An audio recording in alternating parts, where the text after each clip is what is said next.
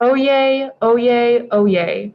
All persons having business before the Honorable, the United States Court of Appeals for the District of Columbia Circuit are admonished to draw near and give their attention, for the court is now sitting. God save the United States and this honorable court. Case number 21-7093 et al. In re Rail Freight Fuel Surcharge Antitrust Litigation -MDL number 1869, Donnelly Commodities Incorporated, on behalf of itself and all others similarly situated et al. Versus BNSF Railway Company et al. Appellants.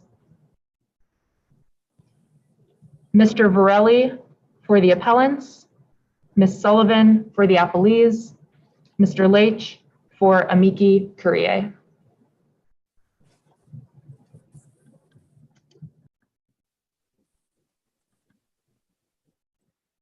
Good morning. Good morning, and may it please the court. I'm Don Verrilli for the Appellant Railroads. Applying Section 10706 as written promotes competition. The statute ensures that railroads can collaborate to make interline rail service a competitive alternative to trucking without fear that their collaboration will be turned against them by plaintiffs who try to use that collaboration as evidence of antitrust conspiracy. The plaintiffs in this case are doing exactly what Congress enacted Section 10706 to guard against. They allege that the railroads fixed fuel prices on competitive traffic, but their evidence consists almost entirely of bilateral discussions and agreements about shared interline traffic between an Eastern railroad and a Western railroad, railroads that aren't competitors in any meaningful sense. This is exactly the kind of evidence that railroad employees will inevitably create in massive quantities just by doing their jobs, because they have to collaborate constantly on all manner of things to provide competitive interline service. But the district court nevertheless admitted into evidence every single one of the 60 documents that we identified as covered by Section 10706. As matters now stand, the plaintiffs in the United States have disavowed the core standard that the district court applied in deciding to admit all this evidence. That standard being that the evidence concerns interline traffic under the statute only if it addresses specific interline shippers, shipments, or routes. But they nevertheless try to get to the same bottom line by manufacturing a series of extra textual limitations to try to shrink the statutory text for excluding evidence down to the narrowest of keyholes that virtually no evidence will be able to pass through. Now, I can explain why every one of those extra textual limits is wrong. But I think the more straightforward way to go at this is to consider the words Congress actually used in the statute, give those words their ordinary meaning, and consider how those standards will actually work in the context of the concrete evidence in this case. Now, the statute basically asks two questions with respect to a piece of evidence. First, is it evidence of a discussion or agreement that concerns interline traffic? And if the answer to that question is yes, then does the discussion or agreement considered by itself violate the antitrust laws? With respect to— Can I back up and, sorry, Mr.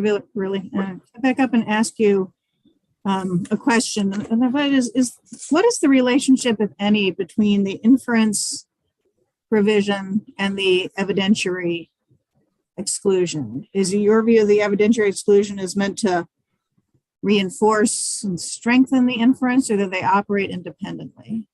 So I don't think there's a simple answer to that question, Your Honor, but let me try to go at it this way. I think the inference tells you that Congress has identified a particular risk here, that pro-competitive activity is going to be misused by plaintiffs and misconstrued by juries as evidence of an unlawful antitrust conspiracy. And Congress is worried about that. And so Congress precluded that kind of an inference as a matter of law here. But what's extraordinary about this statute, unusual about this statute, is that Congress then took an additional step, which is to say that precluding that kind of an inference, instructing a jury that it can't make that inference, isn't enough. that we're going to go further and we're going to exclude evidence that concerns interline movements with the caveat I described before. And I think the reason for that is that Congress really wanted to make sure that there was a prophylactic shield around this pro-competitive collaboration.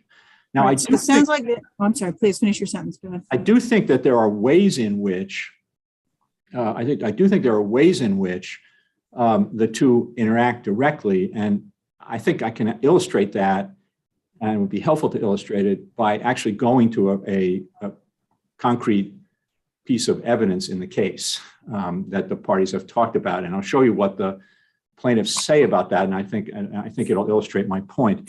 And the document I'd like the court to consider in particular is the document at JA 160, which is a request from one railroad, an Eastern Railroad, NS, or CSX rather, to a Western Railroad, BNSF, to concur in the fuel surcharges that will, according to the document, apply to their joint line rates, their interline traffic.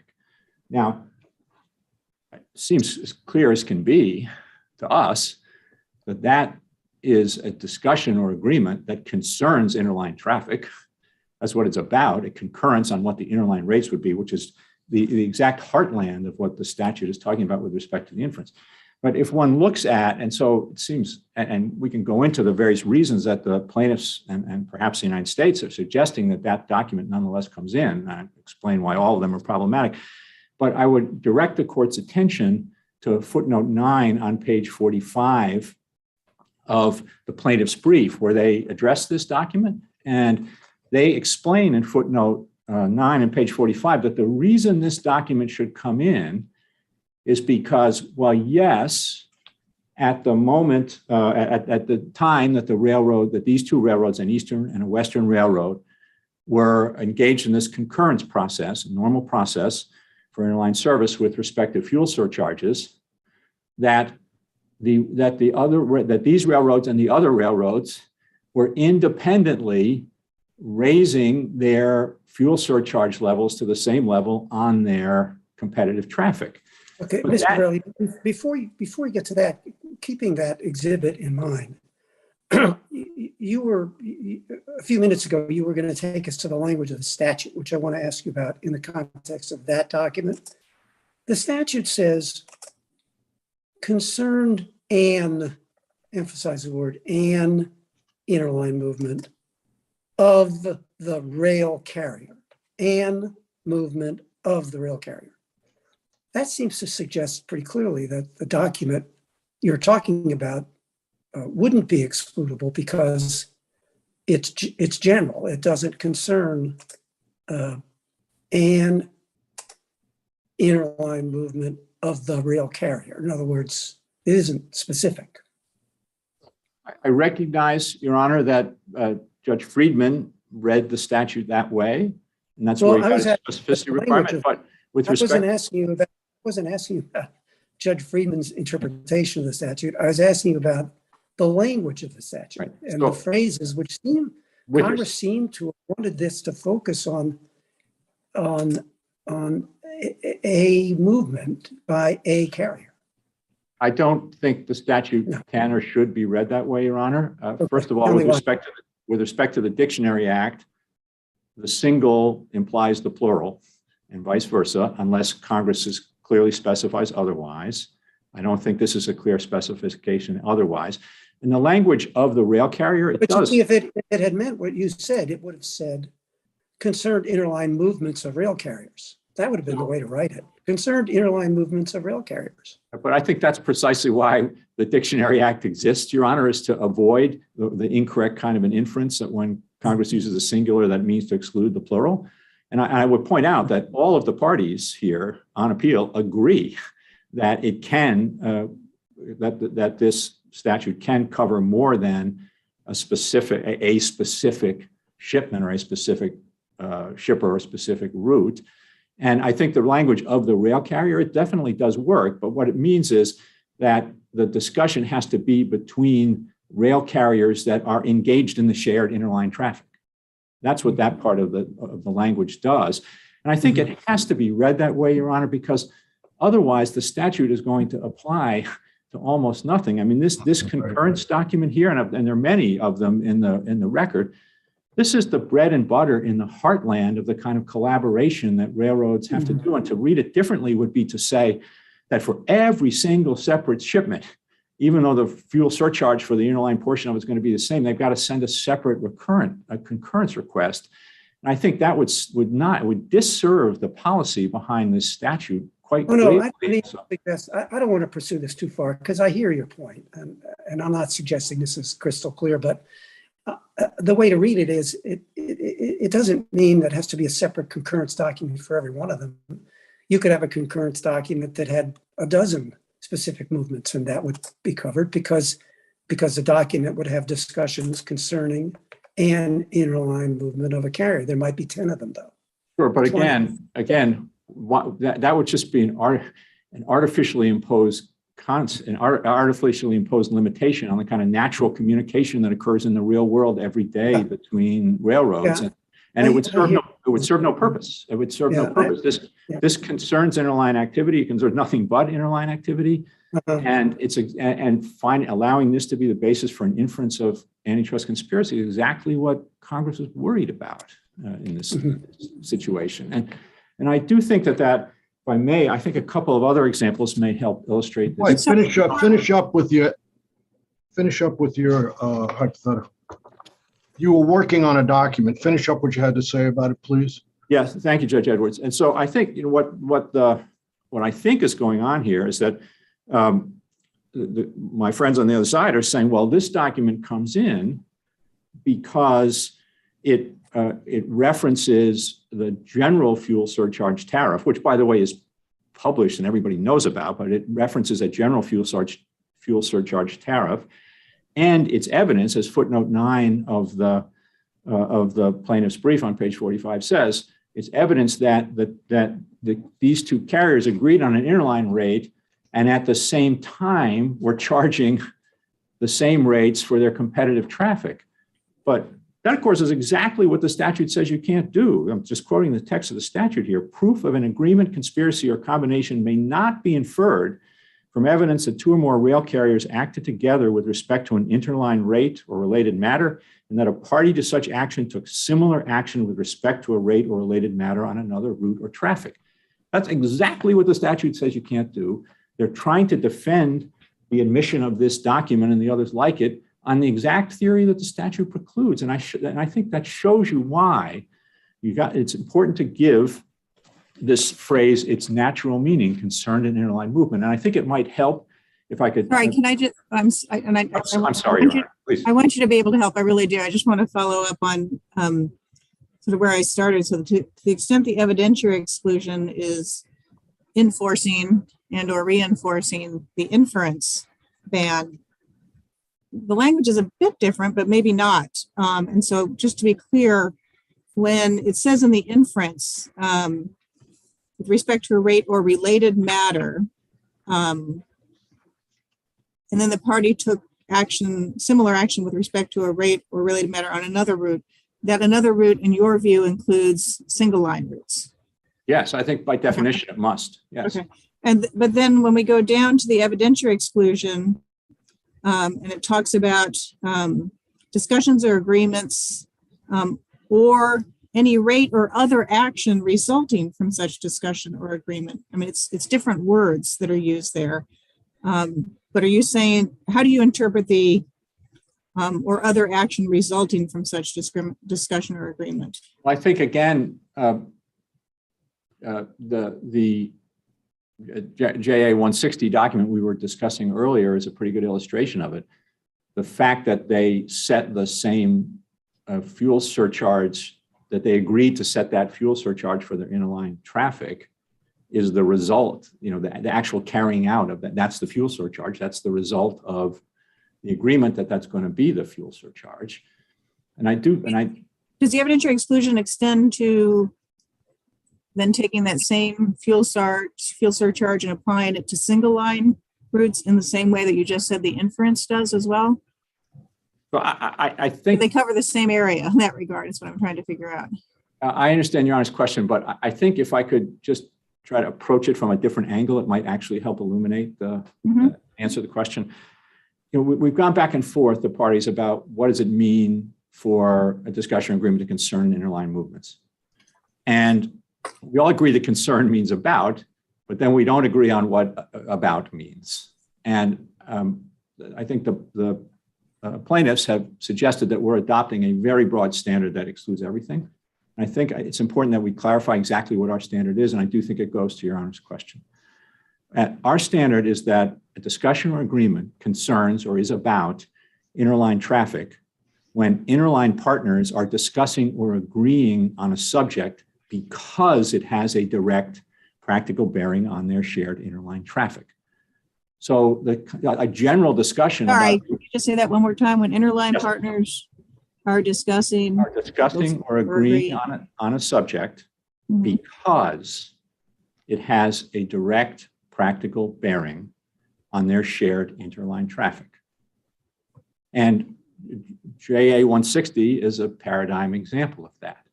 They need to set rates for their joint interline traffic.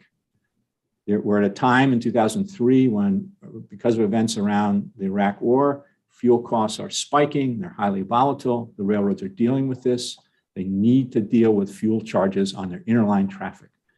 And so they— So your principal point, I'm pretty sure, is that even though this conversation and this discussion may include or may reference inline matters, so long as your test is satisfied, unless we're in a situation where it concerns,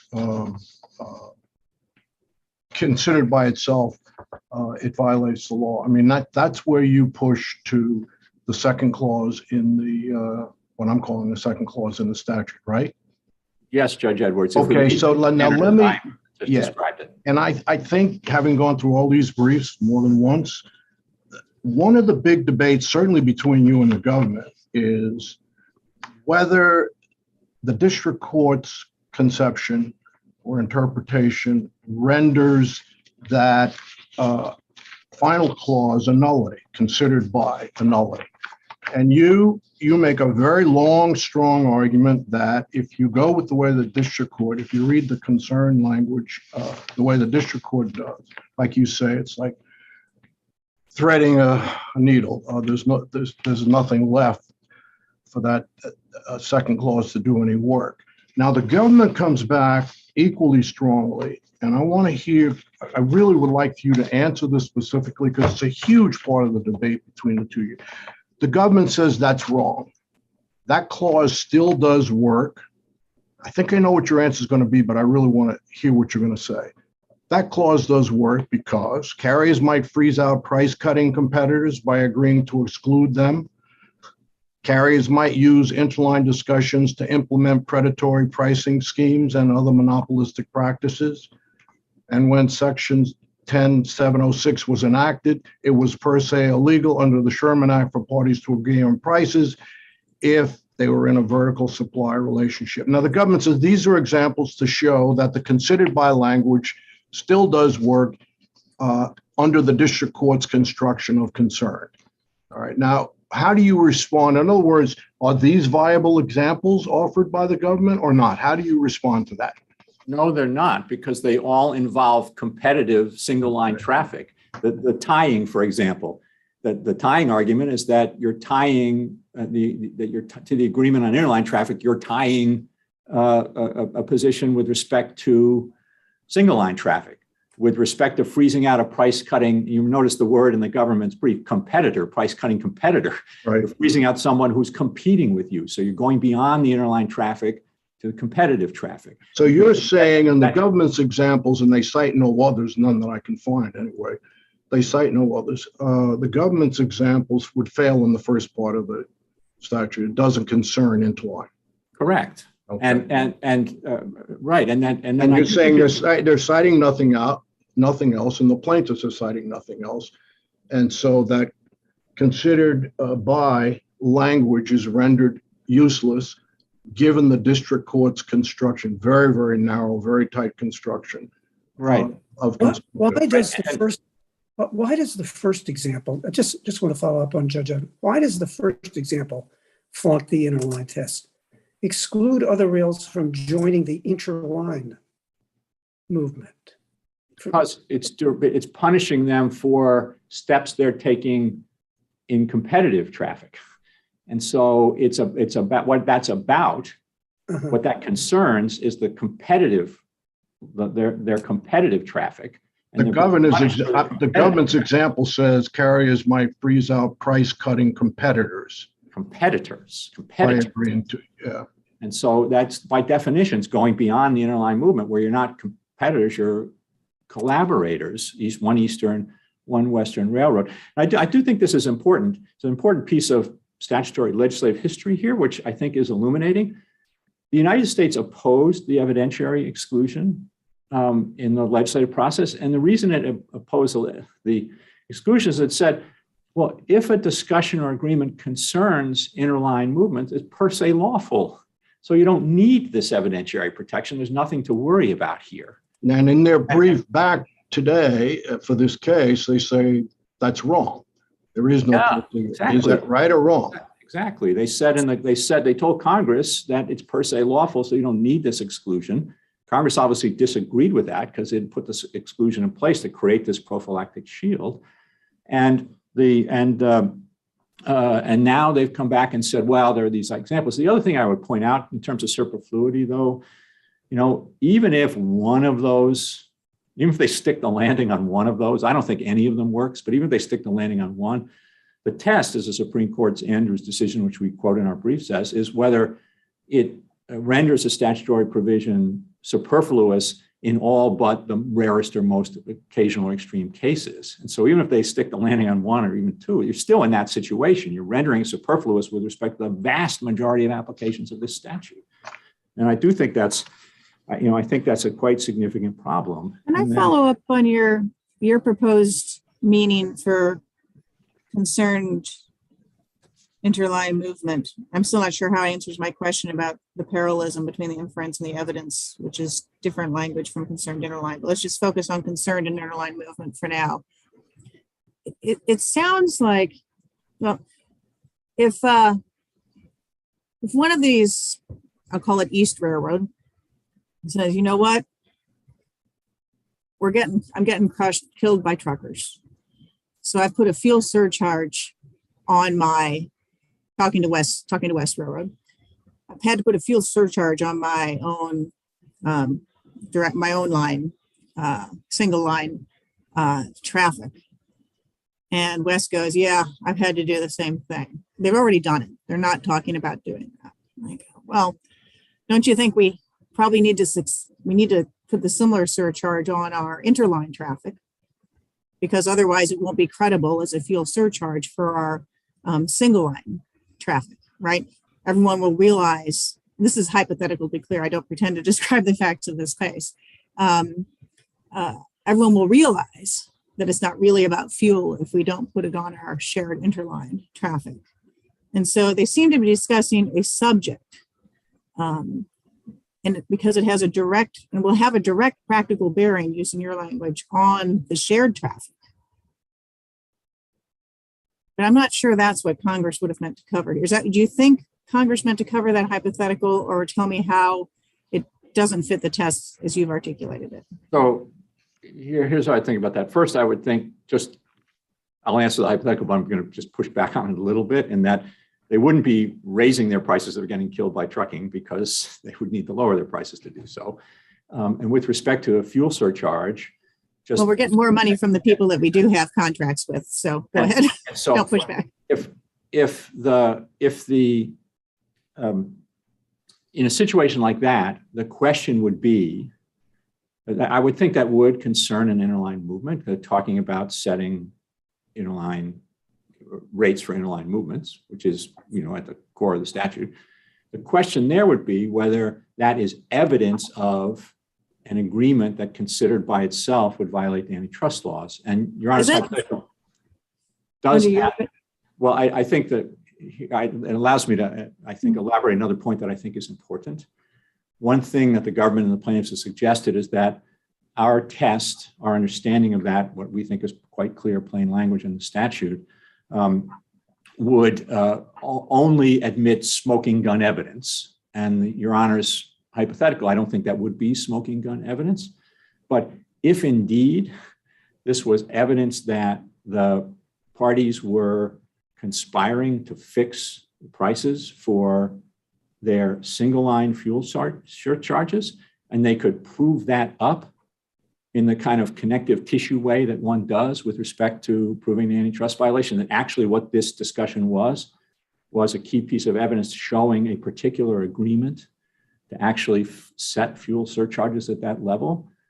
They'd have to prove that by a preponderance of the evidence. I understand they have to prove a lot of things to win a case. I want to get back to whether, in my hypothetical, where they want to put a surcharge on interline traffic to help legitimate, to cover up their single line charges. Does that evidence of that discussion between the two interline partners come in under either, does that fall within the ordinary exclusion here? So it wouldn't come in that way. Or would it come in under the considered by itself exception, or would it not come in at all? So I think that discussion would concern an interline movement because they're talking about setting a joint interline rate, a fuel surcharge rate. So it would concern an interline movement. Mm-hmm. Your Honor suggested that they have a motivation that may be relevant to their single line movements. To the extent one could show that what they're doing in their single line movements, considered by itself, violates antitrust laws, then that discussion perhaps could be evidence of that and then would be admissible under the second part of the statute. But they have to prove it up, and they have to prove it up not to win their case, but the way this statute works is that they have to demonstrate that by a preponderance of the evidence in order for the evidence to be admitted. And I do think this is an important point here.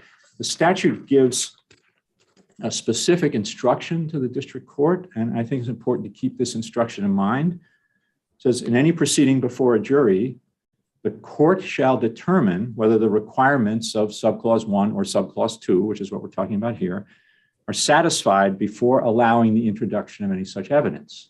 So before allowing the introduction of evidence that concerns an interline movement, but is evidence of a discussion or agreement that considered by itself violates antitrust laws, the plaintiff would have to demonstrate that by a preponderance of the evidence to the satisfaction of the district court judge. And in that respect, this operates really just like the co-conspirator exception to hearsay. In that, can I back up, and then I want to flip my hypothetical around and see, just to help me understand it better. So let's say they're together and they go, we got to make more money. We're not making enough money. We've got these great contracts that are already locked in, and they allow us to do this. Anyhow, we want to make more money. How about we do a fuel surcharge on our interline movements? And then Railroad East says, of course, I'll have to tack the same surcharge onto my single line traffic just to legitimate it. And Railroad West goes, thinking about it independently, I might have to do the same. right. So in that hypothetical, Is that still concerned in interline movement? yes, and The interline movement is again the vehicle for covering up what they're doing on their short lines. well, except that what they're doing in Your Honor's hypothetical, it seems to me, is exactly the thing Congress says you can't consider as proof of an antitrust conspiracy, right? It's the exact language of the statute in the inference section. It says proof of an agreement, conspiracy, or combination may not be inferred from evidence that two or more rail carriers acted together with respect to an interline rate, set the rate jointly, and that a party to such action took similar action with respect to a rate or related matter on another route or traffic. And then we're going to change it one more time. Now we're going to go, we want to make more money. Let's add this fuel surcharge on our interline movements. And now we're going to discuss, but to do that together, we'll discuss that'll only make sense. It'll only work. Our customers will only understand it if we also put that same rate on our single line traffic. So now they're not making the decision independently about single line traffic. Is that, so it starts as an interline discussion. But as part of that, they agree that the only way the center line charge is going to work is if we also do it on our single lines. Is that decision to extend it, the discussion about that they have together jointly about how to charge their single line traffic, is that for purposes of the inference, a related matter on doing the evidence of a related matter on another route. So it would also, the inference would be banned. And so then under your theory, it would also be other action that would be banned under the evidentiary exclusion? I think it would depend if the railroads did this, if they said, we're agreeing on the fuel surcharge for our interline traffic. And at the same time, we are agreeing that we are both going to impose the same fuel surcharge on our single line traffic, then that would be a discussion or agreement that concerns interline traffic, but it would also be an agreement that considered by itself violates antitrust laws because they're price fixing with respect to competitive traffic. So that would fall out. And that shows you how the second part of the statute does work here, does real work here. And let me ask, can I follow up? Pat, are you done? I am, but do we need to make sure Judge Tatel is back on? He's not on my screen. I don't want him to. Oh, I don't know. I didn't see. Does the clerk know if Judge Tatel is still on?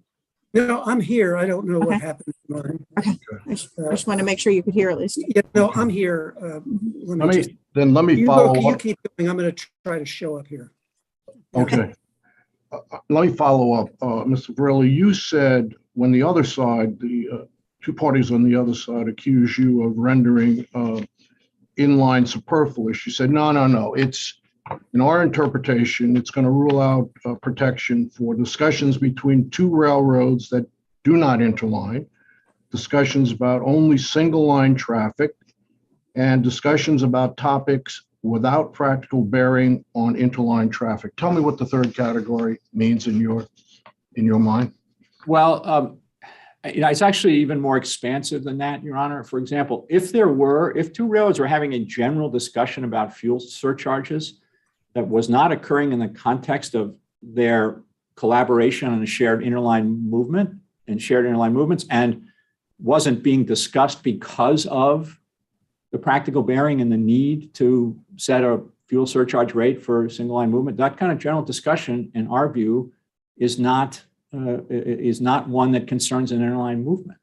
And so I do think, again, the plaintiffs have said that we've read interline out of the statute, our thing is all encompassing and sweeping and everything will get excluded. And that's not right. It's not right. It's got, the discussion or agreement has got to have, the discussion and agreement has to be occurring because the subject has a direct practical bearing on interline traffic. And I do think, we're Wait having a second. Sorry, I'm just curious, and I don't mean to cut off your answer to Judge Edwards. I just need clarification.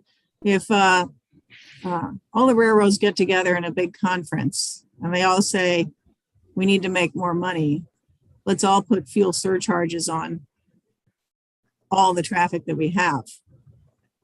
Did you say that would or would not have a practical bearing on shared traffic? I should think it would. It might, but it would fall out on the second part. That would be. I understand. I just want to understand how you read it. You read the first one. Wait, please. That would fall within your definition of concerned interline movement. So that discussion. Yes? I think, Your Honor, I understand your backup argument, but it falls out under by itself. I'm going to answer Your Honor's question, but I do want to make a point here that I think is really important. The court has been quite appropriately asking me a series of hypothetical questions, but I think it's really important to think about the questions that are being asked and the way the statute operates in the context of the actual evidence that we have in this case. And one is not going to find any evidence like the kind that Your Honor described in the case. And to the extent the plaintiffs think that there is any evidence of that kind, and I'd like to discuss one document in particular, which is their kind of greatest hits document, the document JA 937, which is the statement by a BNSF person at one of these alliance meetings between BNSF and an Eastern Railroad, that we ought to consider whether to synchronize, whether fuel surcharges should be synchronized. Now, I'm sorry, Mr. Verley, my screen Yeah. completely froze up for a second. So I might have missed something you said. So I think the point I've gotten with my two pieces is this record doesn't include that type of evidence. Was there something else I missed? yes, and that it's really important to think about how this statute is actually going to apply in the real world to the kinds of communications that are at issue in this case. And I do I think think in this case, but I think when we interpret statutory language, that's exactly why we're asking hypothetical questions, is we're concerned about how it applies in the real world in the next case too. and they're totally appropriate, of course, Your Honor. But I do think the dynamic here is that the plaintiffs, and to some extent the United States, are pushing for, as I said, to narrow this evidentiary exclusion down to the narrowest keyhole possible in order to reduce to zero the possibility that any evidence that might provide some inferential support for a conspiracy claim doesn't get excluded. But the problem with doing that is that the inevitable consequence of reading it in that way, shrinking it to such a tiny keyhole, is that evidence is going to be admitted that is in the heartland of the kinds of collaborations that Congress was trying to shield when it enacted this statute. And I really think that is an absolutely critical point in thinking about how this statute is going to operate. Can I just get back though? So does that hypothetical include that I have given you about the big conference about talking about all the traffic? Is that first going through your charge? This step, is that something that concerns an interline movement of the rail carrier?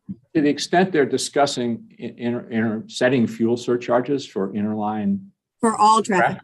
The hypothetical was they're all together in a room and they say, let's do it on all our traffic. No, Does because that that's concern not, an interline movement? no, because that discussion is that subject is not being discussed because it has a direct bearing on. Of course it does. That's if we do all our traffic, of course it's going to be a charge that's put onto our interline movements. But because is the word that matters there. What's the reason they're having that discussion? Are they having that discussion because they need to set? This sounds like a subjective test as to why they all got together in the conference room. No, I think it has I think it can be applied objectively. And I think just looking at the documents, Your Honor, one can see how it would apply in an objective manner. Like the JA 160 is a really good example of that, but there are many, many others. What this discussion is occurring because they need to set a fuel surcharge for their shared interline traffic. They're having Mr. Verley, these examples, you mentioned JA 160. These examples are actually helpful. And a few minutes ago, you were about to bring up another one. Would you do that? Yes, please. Thank you, Your Honor. Yeah. There's several more that I'd like to focus the court's attention on. One is to consider the evidence at JA 377. Now, this is a discussion between a Western carrier and an Eastern carrier about how to collaborate in the future to compete with trucking to move lumber from the Pacific Northwest to the East Coast. Okay, that is completely in the heartland of what Congress wants interlining railroads to be doing. It wants them to collaborate as joint ventures in that way, to compete more effectively with trucking, to consider new markets, new opportunities, be more effective competitors. Okay, Now, so let me ask you this about that document. What would that document have to have added to it for it to flunk the otherwise clause? In other words, I guess what I'm getting, are there any documents you can imagine that would pass your test for interline movements, but flunk the otherwise violate clause? So I don't think there are in fact any, but hypothetically there could be, and I'll try to illustrate it with respect to a document in this case, Okay. which is a document JA 292. All right. That's a document, JA 292 says, it's minutes of a meeting, an alliance meeting between an Eastern and Western railroad about interline activity. And there's a line in it that says, and this is another one of the plaintiff's greatest hits, that says that a high executive from one company and a high executive from another company are considering leading a discussion at the NEMC meeting about coordinating interline rates. NEMC is network efficiency management, something or other, network management. Okay. So now that standing alone is not it's just an agreement that violates antitrust laws. But the plaintiffs would have, under our understanding of how the second part of the statute works, the plaintiffs could have said, okay, let's find evidence about that meeting. What was discussed at that meeting? Did they have that discussion at that meeting? Was there an agreement to coordinate fuel surcharges across the industry at that meeting? If they could prove that, then the document is evidence of an agreement that violates antitrust laws. So that's why I'm saying we're not asking for smoking gun evidence. They can use that kind of connective tissue evidence and prove it up, and then the document comes in. The problem, of course, is that they haven't been able to prove that up here. The reason I will just tell you, I mean, it's in the summary judgment papers, is that follow-up meeting never occurred. But and that shows you exactly the problem of allowing this kind of evidence in, is that they're going to use that statement as a basis to argue to the jury that the jury should infer that there was mischief going on. They were trying to set rates collaboratively for single line competitive traffic. But in fact, that meeting never occurred. That discussion never occurred. And it was mountains and mountains, years worth of e-discovery here. They could have proven that up if there was anything to prove up. Same thing is true, by the way, of the synchronization document that they focus so much time on. I'll tell you again, it was in the summary judgment papers, but it's important to understand that's their other greatest hits document, what was going on there. Which JA is that? That's JA. I'm sorry, JA, it's JA 937. All right. And this is the document that concludes the sentences. BNSF's fuel surcharge is structured differently from the other three railroads. Should BNSF's be synchronized with the other big players in the industry? Now, first tell you what was going on there, and then suggest how, what opportunity would have been available for the plaintiffs to prove up what would be necessary to admit it under the statute. What was actually going on there is that BNSF used a different benchmark, indexed to a different benchmark for calculating its fuel surcharge. I'm in the weeds here, but I think it's helpful to understand this. BNSF benchmarked off of the highway diesel fuel price. The other three railroads benchmarked off of the West Texas Intermediate crude price. That generated different methodologies and different numbers, and customers complained about that in the course of the interline traffic. Why is this being done differently by different railroads? This is bothering us as consumers are bothered by it. So they raised that subject at this discussion. Now, if the plaintiffs could show that raising this question about synchronization led in a concrete way to steps taken by the other railroads in the aftermath of this meeting to actually synchronize in that way and to synchronize prices. As I said, this is about methodologies, not about prices, and the summary judgment papers make that clear. But if they could prove that up, then this would be evidence of an agreement that violates antitrust laws, and it would come in. But they haven't tried to prove any of that up. You're saying this is all done, on your view, under the statute, that question is decided by a trial within the trial. I'd say it's decided the way Rule 104 would apply. So it's not necessarily Rule 104, the rules of evidence would apply. So it's not necessarily a trial within a trial, flexible procedures, hearsay counts. It can be informal. Yeah, I understand. Same ways for a co-conspirator exception to hearsay, right? But it's essentially a trial within the trial. I'm sorry, Dave. I just want to make sure, because this procedural thing has been a real question in my mind too. So we've got a lot of little trials going on. If they say no, and they want to stop and let us try and show you, and then we stop and wait, and then the district court judge, in your view, waits until that's done before deciding whether to admit or exclude. No, right? Not quite, Judge Edwards. The responsibility to make that judgment is on the district court judge under the terms of the statute. The statute says the court shall determine whether the requirements of subclause 2 are satisfied before allowing the introduction of any such evidence to the jury. So it's a threshold decision by the court under a preponderance of the evidence standard under Rule 104. Right, but I mean, this is a trial within the trial.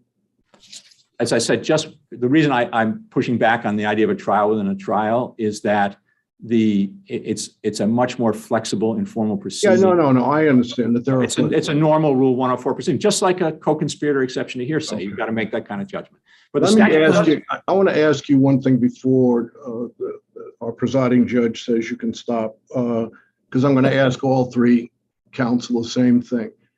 Was certification improvidently granted? Going through all of these briefs and listening to the first of your and the next two arguments are going to be of similar sort, but taking a different position. It really seems to me it's quite hazardous for the Court of Appeals at this point to be rendering biblical statements with respect to matters that are evidentiary fights that a district court should be in the best position to work out. And then if there's potential error when the case comes up on review, if it does later on, the one claiming the error has to show that it wasn't harmless. Why would we try and make, I mean, one of the things that was in my mind as I prepared this case, and I probably even more so now, and it'll probably even be greater by the time we're done today, is why would I want to decide questions of this sort now? What sense does it make? Because so many of them involved, as you say, well, but look at 377, look at 292, look at 937. The other side's going to say, no, look, here's what we want to cite you to. These are all matters that the district court works through during the course of the trial to decide whether to admit or to exclude. So And you keep emphasizing you want us to stay on this case. In other words, to do the work of the district court now. Why should we do that?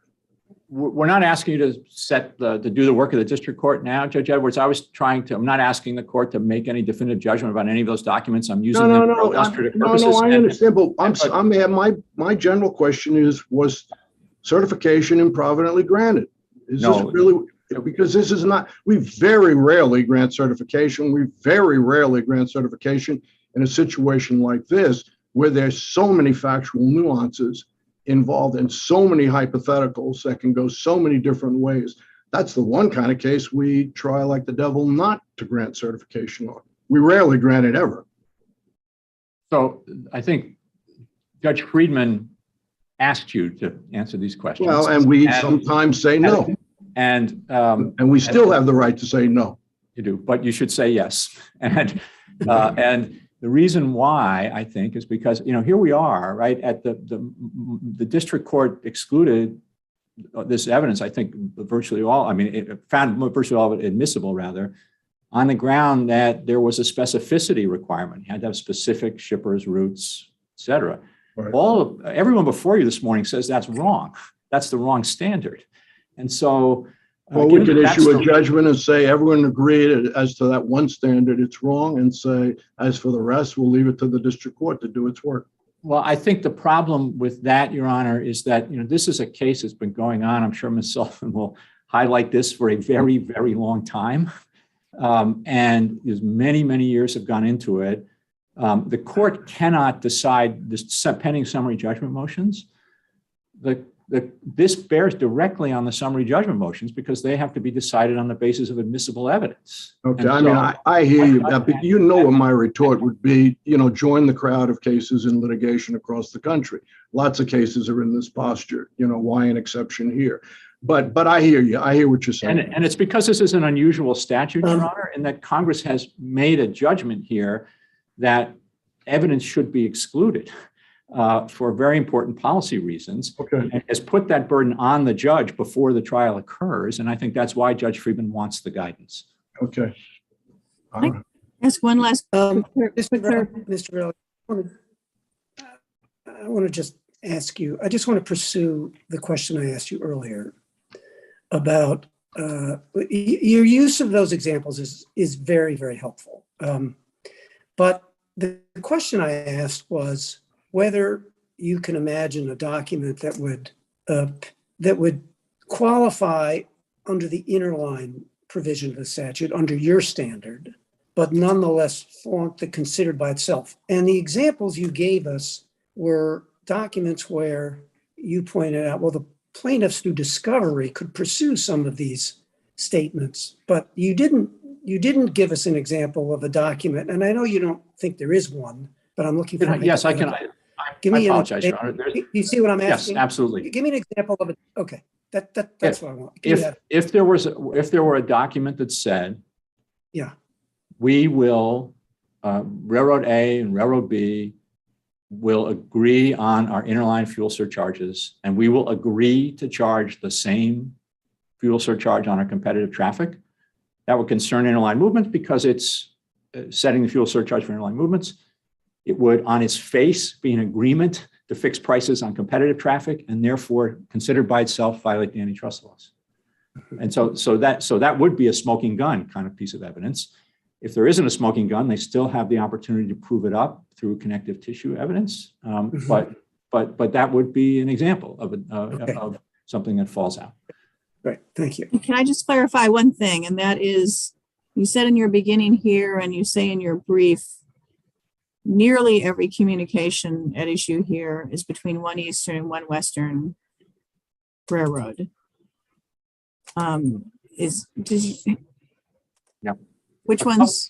What nearly must be carving something. Yeah, there are a couple. There are a couple. Now, and the reason for this is there are small number of circumstances, but they do happen, where two Western railroads or two Eastern railroads interline because they don't, in order to get something from one destination, from the source to the destination, both railroads need to cooperate to do it. So some small amount of interlining that occurs between an Eastern railroad, two Eastern railroads or two Western railroads. And a couple of the documents are concurrence requests for fuel surcharges in that interlining situation. It's interlining, it's totally 100, if you look at them, you'll see 100% interlining, and just concurrence documents. But that's why we put the word nearly in, because there are a couple of documents like that. All right, so there aren't any, under your viewpoint, that involve communications where the lines compete. Correct. That's correct. All right. So. Okay. Judge Millett, Judge Edwards, unless you have any more questions, I think we should hear from Ms. Sullivan. Thank you. Thank you, Your Honor, and may it please the court. Kathleen Sullivan on behalf of the plaintiff shippers. I'd like to begin with Judge Edwards' question about whether certification was improvidently granted. Okay. And Judge, as you know, we certainly vigorously opposed your acceptance of the district court certification for the very reasons that you cite, that it gets in, issues may seem to be inextricably involved with detailed evidentiary rulings that are the province of the district court and which can be reviewed if there's prejudice at final judgment. There's also no conflicting opinion, and many issues of first impression don't warrant certification. And the district court was very clear he was right. So for all those reasons we oppose, but Your Honor, at this point, we do believe that you can providently decide the certified questions if you keep it narrowly to the two statutory construction questions that are presented here. And those are simply legal interpretation questions. First, what is the definition and contours and boundaries of the narrow evidentiary exclusion in section 10706? And second, and I think this is very important because it didn't come up in the 50 minutes of colloquy you had with my friend, Mr. Verrilli, the second issue is, can the district court honor the statutory exclusion through the commonplace case management devices of redaction and limiting instructions? And the answer to that in both cases is the district court got it right. And I'd like to just begin with why the district court got it right on the statutory construction of the exclusion itself. Now, to hear my friend, Mr. Verrilli, tell it, section 10706 was a kind of coordination protection act, but of course it isn't. In the world of deregulated freight traffic, of course, competition is now the norm and has been for 40 years. And coordination is the very, very narrow exception. And Judge Millett, on this notion that interlining is such a big part of freight traffic, the record is clear that the railroads need to collaborate on joint line traffic where they're giving one bill for two or more railroads to a single shipper. That it's undisputed in the record, that's 15% of the traffic. That's in the red brief at pages 5 to 6. And this notion that the East and West railroads are hermetically sealed apart from one another in their segments of the United States, they don't compete, that's simply wrong. And I would commend the court's attention to the prior rulings of the district court in this case, in which the district court expressly found back at the class certification stage that the captive shippers There was an argument about captive shippers who could only use one set of railroads in one part of the country. And the district court rejected that argument, saying that all 4 big railroads compete nationwide. And the citations, Your Honor, are to the prior rulings of the district court in 2017 at 292 F sub 3rd 14 at 99 to 100 and 287 Federal Rules Decisions 1 at 42. So I just want to set the stage here that, you know, the court does not want to give voice to the proverbial expression about the tail wagging the dog. The notion that a limited carve out for necessary collaboration on the minority of shipments in which the railroads must coordinate a single bill to their shippers for traffic that travels on more than one railroad would really disserve the purpose of the statute. So I want to start with the first principle, that the statute is principally about competition among the railroads. I'd cite, Your Honors, to 19 USC 10101, section 1101011, which of course says the whole point of the Stackers Act is to allow market competition now to set railroad rates to the maximum extent possible. And that's how we have to read this carve out. It is a narrow carve out for necessary coordination on interline shipments only.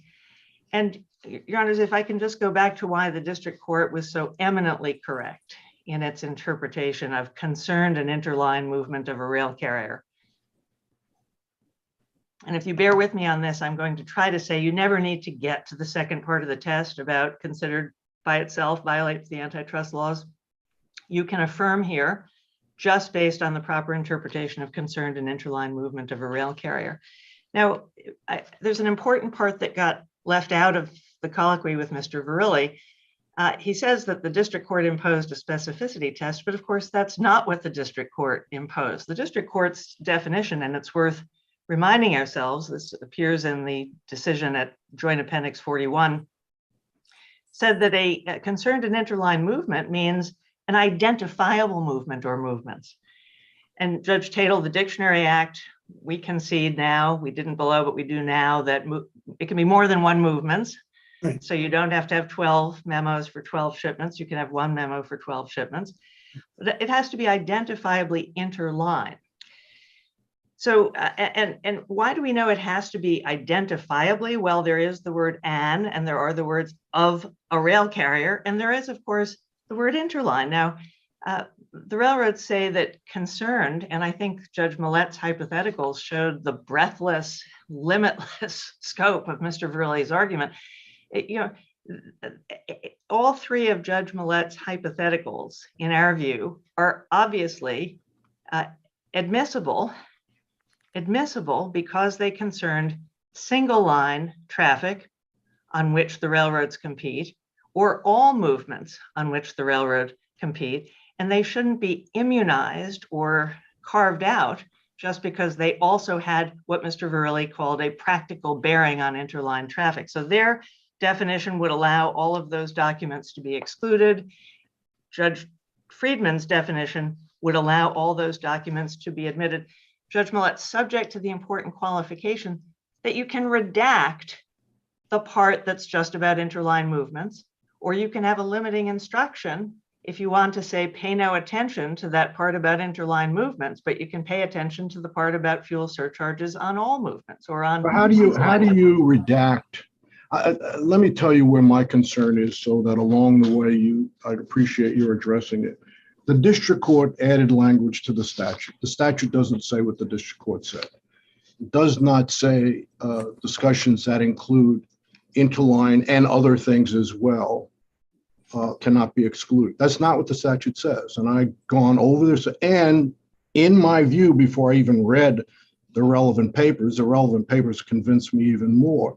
That seems utterly impractical and unreasonable. There are going to be any of a number of conversations where those who are talking, the people in the business, will be talking about obviously permissible interline things and maybe some inline things that are related to that and therefore not impermissible. To add a requirement or to add a rule which says, but if your discussion, which was otherwise okay, was also a discussion that included something about inline, it fails. It makes no sense to me. That's not what the statute says, for the first, incidentally.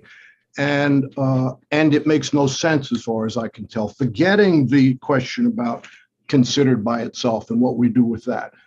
Just forget that completely. That is a great worry of mine, given the arguments that you all have presented. But before I even get there, the first thing that concerned me in these arguments is district court is construing a statute to put in notions that are not there, and they don't seem to make sense. Well, Your Honor, I agree that you don't need to get to the second clause. Let's put that to one No, side. I didn't say I didn't, but I did. Well, because I share your concern about the trials within a trials, but let's not get there. Let's go back to what the district court said, and let me respectfully suggest, Your Honor, that the district court construed exactly what is in the statute. And remember, the statute says evidence of a discussion or agreement that concerned an interline movement of a rail carrier. Evidence can be clause specific. It didn't say that the document containing the evidence is inadmissible. Congress didn't say, as a prophylactic measure, any document that has multiple topics and it includes an interline discussion, that gets excluded. They didn't say that. They said evidence. And the district court took pains to say, I think the unit of analysis for evidence of a discussion or agreement can be clause by clause. And so, Your Honor, if I could just take some of the examples that Mr. Verrilli cited and show why the wisdom of the district court's approach is, he says, I'm going to be faithful to the statute. I'm open to redacting at a later point anything that is evidence of a purely interline discussion or agreement that's only about the interline movement of a rail carrier, but I'm going to let the whole document come in. And point Your Honors to two examples, one of which Mr. Verrilli discussed. Exhibit 49, that's one that we, the shippers, quote, because it talks about, let's have an industry position on fuel surcharges. That's at Joint Appendix 292, an industry position on fuel surcharges. That is Judge Millett's third hypothetical in living action. Now, of course, elsewhere in the document, Mr. Verrilli quoted language, or the blue brief quotes language about, oh, this is an innocent document, Exhibit 49, because it has language about coast-to-coast product at Joint Appendix 290. That sounds kind of interline. And car flows, backhauls, and empty miles. That's at Joint Appendix 293. Well, if the same document has smoking gun evidence about agreeing on fuel surcharges across the industry, that should come into the case. And if the defendants at a later point want to convince the district court to block out the coast-to-coast product line because that's inadmissible because it is interline specific, redaction is the perfect way to accomplish it. So Judge Edwards, in answer to your question, I think if we look at the word evidence in its natural and ordinary meaning, it's appropriately handled because evidence can be, one clause is evidence of interline movements, we exclude it. Another clause in the same document, and I've just cited you Exhibit 49 as a perfect example, has to come in. Another example, before you, yes. I do want you to go right back to answering that question. I just want to confess something about my ignorance, having not really done much trial work in my life. There are evidence bars all over the place, both in the federal rules of evidence, the common law, and other statutory ones. Is this process of redacting the view of evidence you had? It doesn't say the document doesn't come in, it's only that evidence core. Is that how it applies commonly? Is that how it's commonly understood when through Congress or state law or common law, evidence isn't allowed to come in? It's just that evidence and redaction is the rule? Well, yes, Your Honor, we believe that a redaction is an exclusion. We cite in the red brief Federal Rule of Evidence 407 as an example. You can't admit an evidence of a repair of a defect. For some purposes, it can be admitted for others, and typically that is accomplished at the retail level in trial courts through redactions or limiting instructions. That's the workaday world by which the district court takes something that may be admissible in part, inadmissible in another part, and lets the admissible part come in. We think Judge Friedman, the Solomonic beauty of Judge Friedman's decision here is he said, a scourge on both your houses. The defendants are saying the whole document has to be excluded. The plaintiffs are saying the whole document has to come in. I will handle this through the time-honored method of excluding the inadmissible evidence contained within the otherwise admissible document. And that's a sensible way to handle it. And I know that we don't want to the problem is a reference to inline in a document that everyone would agree, don't make it controversial. Everyone agreed the discussion is about interline, but there is reference to inline because it's relevant and everyone would agree it appropriately came up. It's a part of the conversation. It was totally appropriate in this context. Even the government's position would say, yeah, that was okay. Why would redaction be required in that kind of situation? The statute does not require it. The evidence, and I may disagree with you, in answer to my colleague's question, at least in my experience, a long time ago, the evidence would be that document. And then you're talking about, do we redact something from that evidence? The document that includes the discussion is the evidence. And now you're proposing, well, the way we'll get to our very rigid interpretation is we'll strike any sentences that wander off and talk appropriately about inline. That doesn't make sense to me. Well, Your Honor, now I'm tempted to go back to your point that you should dismiss as improvidently granted. Yeah, but right. If you don't do that, Yeah. if I could just, Your Honor, I wonder if I could bring us back to first principles here, and I want to focus on two things. Number one, the language, the text. I think text and then purpose. And if you could just humor me on this for a minute, the text says concerned and interline movement of a rail carrier. And we think that the district court got that exactly right when the district court said that means the evidence is not inadmissible if it's about single line rates or if it's about all rates. In other words, concerned and interline movement necessarily excludes single line rate discussions and all rate discussions. And what Mr. Verrilli called our greatest hits, if you pay attention to nothing else in our brief, Your Honor, I would commend the court's attention to page 16 of our brief, pages 15 and 16, which lists unambiguous statements contained in these documents that refer to uniform application of fuel surcharges across the industry would be helpful. That's at Joint Appendix 266. Or the marketing officers are going to lead a discussion of a potential industry position on fuel surcharges. That's the exhibit I referred to earlier, Exhibit 49 at JA 292.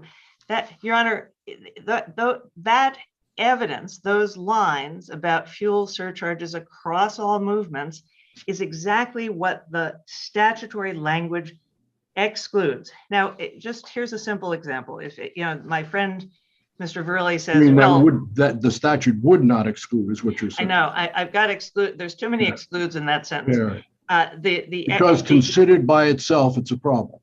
Well, no, I would say it fails step one. You don't get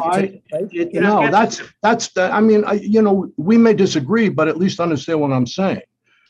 I don't agree that mere reference to concern means a document that includes discussions of both inline and interline.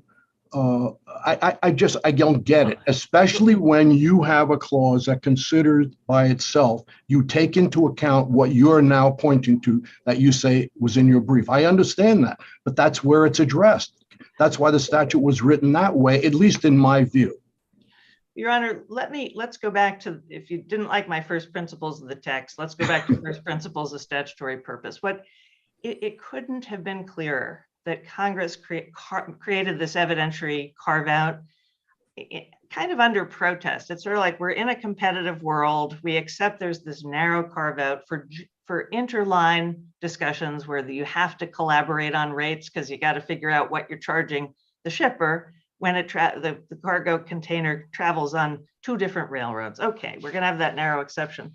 But concerned an interline movement of a rail carrier, an interline movement, even if we accept it can be multiple movements of a rail carrier, the participating rail carrier, it necessarily does not apply, that exception does not apply to Judge Millett's hypotheticals. A discussion about, well, we did this on single rate, let's now do it on interline. We did this on interline, we better now do it on single rate, single line, or let's just do this fuel surcharge on all lines. Under Mr. No, but you're not addressing you're not addressing my hypothetical. I understand the argument you'd want to make, whether you want to do it under considered by itself or under concern. But that's not my concern. I'm talking about situations where it's perfectly innocent. The reference to inline is not using your wildest imagination. You cannot make it in any way problematic. It is not only okay, it's what you would expect, given these business folks talking about what they're talking about. Inline comes up. District court's rule is that never can be excluded document. That is not what the statute says. Well, Your Honor, we disagree on that. We think evidence properly means a portion of a document. There's, if Congress wants, sorry, Your Honor. No, can you just step back for a second and tell me, I understand your interpretation of interline. I get that. What role, and under your theory, all of the evidence in this case flunks that part of the test. It's all admissible. Under your theory, what role does considered by itself play in other cases? Right. What role, in fact, the railroads, Mr. Verley's argument is that under your interpretation in the district court, this clause is surplus. It plays no role, right? So can you give us some examples of situations where a discussion of an interline movement that is excludable under your standard would nonetheless be admissible as under the considered by itself?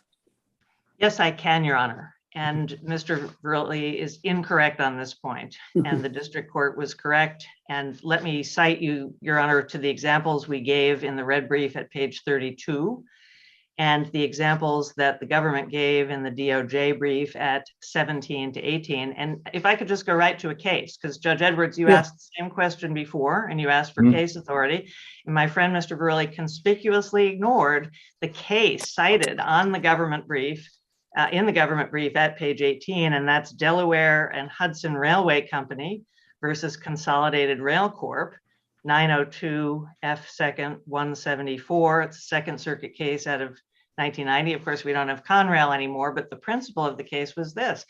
You had a big carrier, you had a little carrier, they're carrying paper from Canada, and the big carrier, Conrail, says, well, I'll interline with you, little carrier, but I'm going to use my monopoly power to make sure that I get to gobble up all of the rates. I'm going to get all of the shared business. I'm going to allocate most of the rates to myself. That is an anti-competitive agreement pertaining solely to the interline traffic between the big carrier and the little carrier. Now, let's remember there's a lot of... You know, I did look at Delaware, respectfully. And to me, it flunks under your thinking and the government's thinking. It should flunk the concerned test. The discussion there was not about interline. It was about exercising monopoly power. It just, so it doesn't support your or the government. I definitely went and looked because this concern by itself question to me is huge and the parties are not coming together on it. And I looked it up because the government had it in its list. It's a different case. It's a case where, for me anyway, it would flunk the concern test right away. It's gone. It's not, that's not what the concern was. The railroad, the big railroad there was obviously trying to squeeze out a small railroad. Well, Your Honor, we respectfully disagree. And I certainly didn't say you ignored the case. I just said Mr. Verley. No, and I'm not. But wait, I'm not feeling it. But Your Honor, what's your answer to his, what specifically respond to what Judge Edwards said about that case?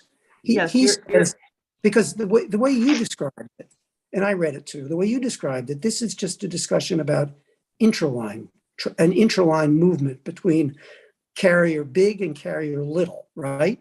Where carrier big is trying to, get more of the money out of carrier little, right?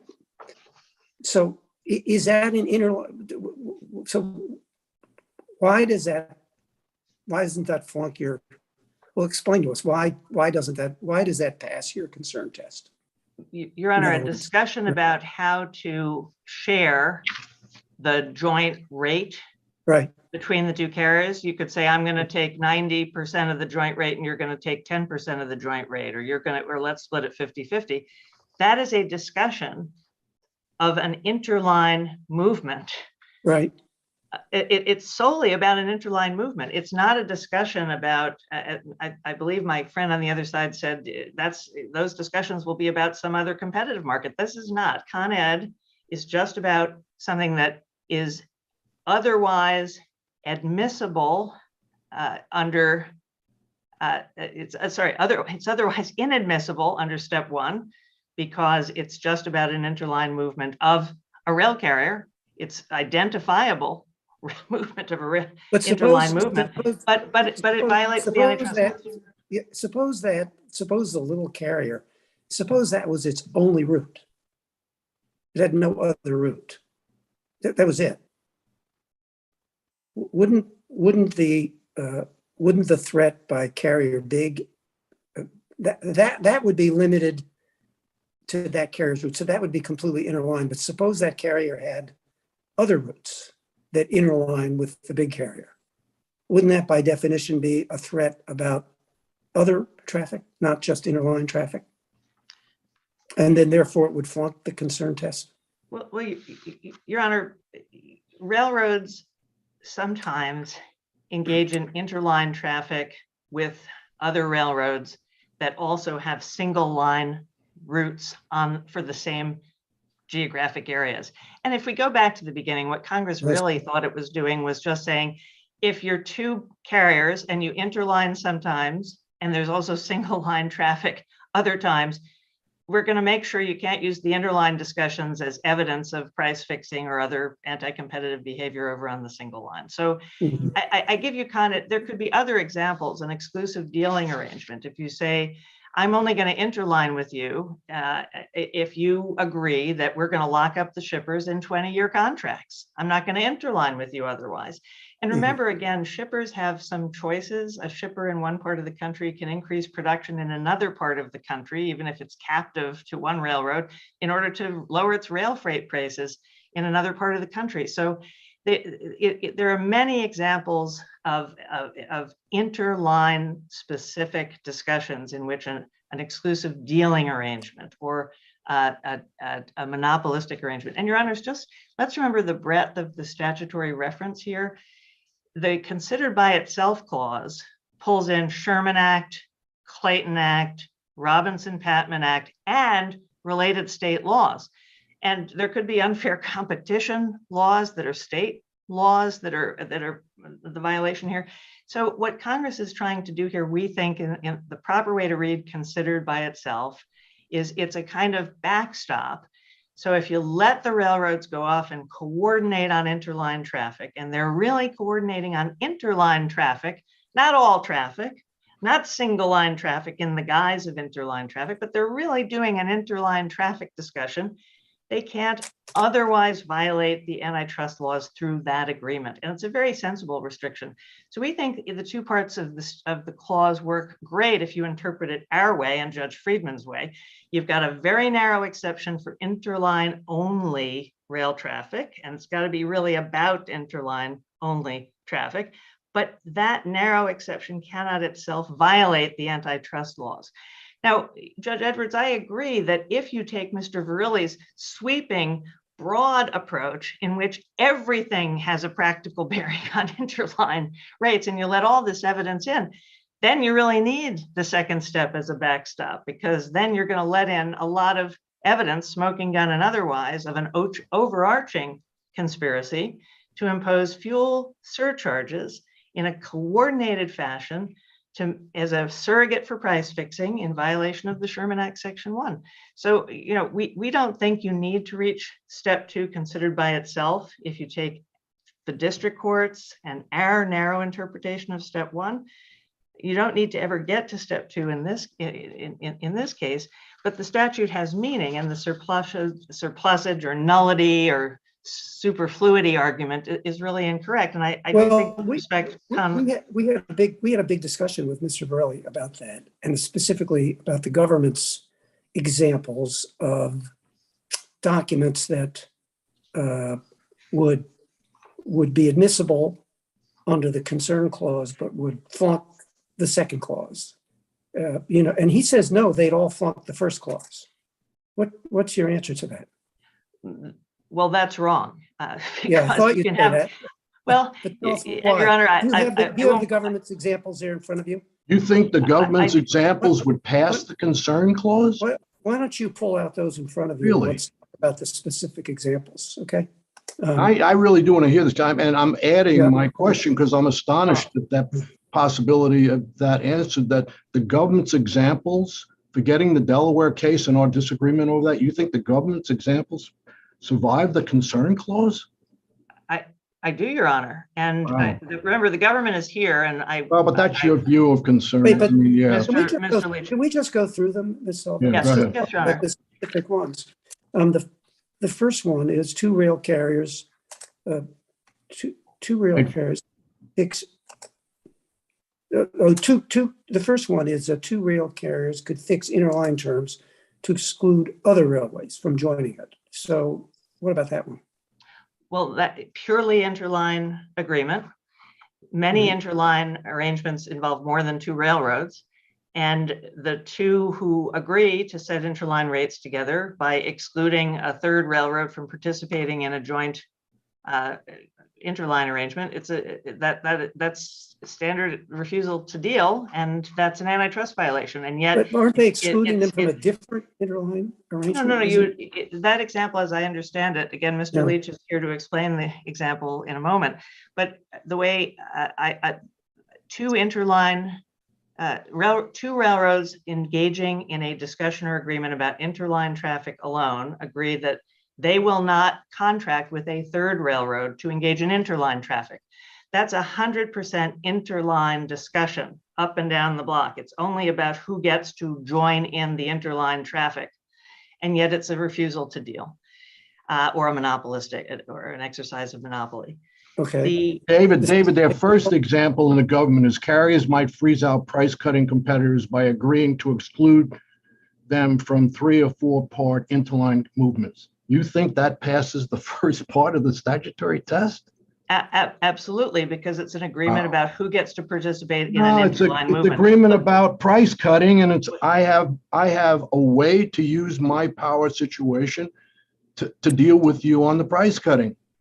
Your Honor, if you're making the point is that the interline contracts is the weapon that they're using, yeah. But they have no legitimate purpose as the statute is. So there's no legitimate purpose to deal with an interline question. They're simply using the availability of that to gain some power with respect to price cutters that they're trying to punish. Your Honor, if you're saying that, okay, so if they're engaged, so you're saying in this first example that even though they're talking about excluding the competitor from different interline traffic, it's still interline traffic. That's your correct, point. Your Honor. That's exactly right. You want to go on to the second example? They might also use interline discussions to implement predatory pricing schemes. What about that one? Absolutely. That in this case, we happen to involve a fact situation where prices are being increased through the use of fuel surcharges. Remember, the case arises because unilateral fuel surcharges weren't working. They were being undercut, including by East against West railroads. In a different case, 2 railroads with interline traffic might agree to engage in predatory pricing below average marginal cost on an interline only shipment. Is this your Delaware case? Is this hypothetical same as your Delaware? Very similar. Is that what that is? That's right. exactly so. That's exactly. Yeah. In other words, Same and the point here is, if we go, and I try to go back to the first principle of statutory purpose here. Remember, Congress said, okay, railroads, we're going to give you this narrow carve out, but don't come back to us and use it as a fig leaf to cover up naked anti-competitive behavior. Don't come back in and try to append the kind of interline discussion to a separate price fixing or other unlawful antitrust conspiracy. And then this little exception in the considered clause, the considered by itself clause is, and by the way, in your interline only discussion, you can't violate the antitrust laws either. Right. And so when we read the whole thing together, we know two things. We know that the exclusion of evidence does not apply to discussion or agreement, or evidence of discussion or agreement about single line rates or about all rates. That evidence is admissible. And at the first step, the only thing that gets excluded is purely interline discussions, to the extent they're not the Con Ed type discussion that's really an interline antitrust violation. And that's a very coherent view of the statute. Now, we don't think you need to get to the second step, the considered by itself step here, if you affirm the district court's interpretation of the statute, because here, the railroads really concede that if you go with the district court's definition, all of this evidence comes in because it contains, maybe with the exception of Joint Appendix 160. I know my friend Mr. Verrilli loves to come back to exhibit number 17, which he says that's as pure an interline discussion as you can get. But in context, as we explained in footnote 9, that was an interline discussion in the context of a broader fuel surcharge discussion. Now, maybe later they can go to the district court in the motion in limine and say, hey, exhibit 17, we think if you're redacting the whole thing, it really, isn't worth the candle. But if you go back to our examples that, and again, I stress the red brief at pages 15 to 16 gives you many of these, it would completely defy Congress's purpose if that evidence of conspiracy to fix industry-wide fuel surcharges, to set fuel surcharges uniformly across the industry, to have an industry position on fuel surcharges, to come up with a consensus on a uniform fuel surcharge approach. If all of that evidence were to be excluded, along with the little, fig leaf of the interline discussion. And by the way, remember, railroads were having interline discussions through low-level executives for years before this case came up. They were having interline discussions about fuel surcharges among low-level employees from 2000 to 2003. It's only in 2003 that the senior executives get involved in all of the evidence in these cases. And why? Because unilateral fuel surcharges weren't working. They wanted to have a coordinated approach. And it would invite great mischief if go ahead, finish your sentence. Excuse me, Judge Millett, just want to say it would invite great mischief in the future if you were to adopt the railroad's position here, because it would give them a playbook that says, here's how you cover up your price fixing conspiracy. Just embed it in a bilateral discussion between an east-west railroad and throw some interline discussion into the memo, and you can keep the whole document out. And just, Judge Millett, if I could just add one thing, and I'm sorry to delay your question, but I don't want to forget to refer you to red brief at pages 45 to 46, because there you will see, and it's sealed material, so I won't state it out loud, but at red brief pages 45 to 46, we quote the internal antitrust guidelines of the railroads themselves. We cite all 4 of them. The antitrust guidelines of the railroads themselves says you should be careful to segregate your interline discussions, which are excludable in a future antitrust case, from your other discussions of single line rates or all rates. Those should be kept separate. And Your Honor, maybe that's cumbersome. Maybe it's cumbersome to have 2 sets of documents about the 2 meetings, sort of like having, the meetings of the executive session of the board separate from the open session of the board. And when Your Honors go into conference, you don't share everything with the court staff and the clerks. I mean, people can separate the evidence in a practical way. But here we're not even asking the railroads to do that. We're not saying you have to keep all your documents in separate silos. Judge Freeman just said, I will use the practical device of redaction to make sure you can have your communication. It can practically cover a lot of topics, and I will redact what is truly interline specific within the narrow exception Congress gave you. I'm sorry, Judge Millett, I just wanted to make No, sure. no, you it's knew all that very helpful. relevant- It's complicated. I want you to make sure you get your thoughts out. I Judge just, Millett, did you have yeah. a question? I did and I'm back to my trying to figure out how the inference and the evidentiary exclusion work together, even though they seem to be phrased differently. Because as I read the inference exclusion, and I think Mr. Verley agreed, if they agree to take some action, it's a plainly exclusively interline discussion. We're going to have this surcharge.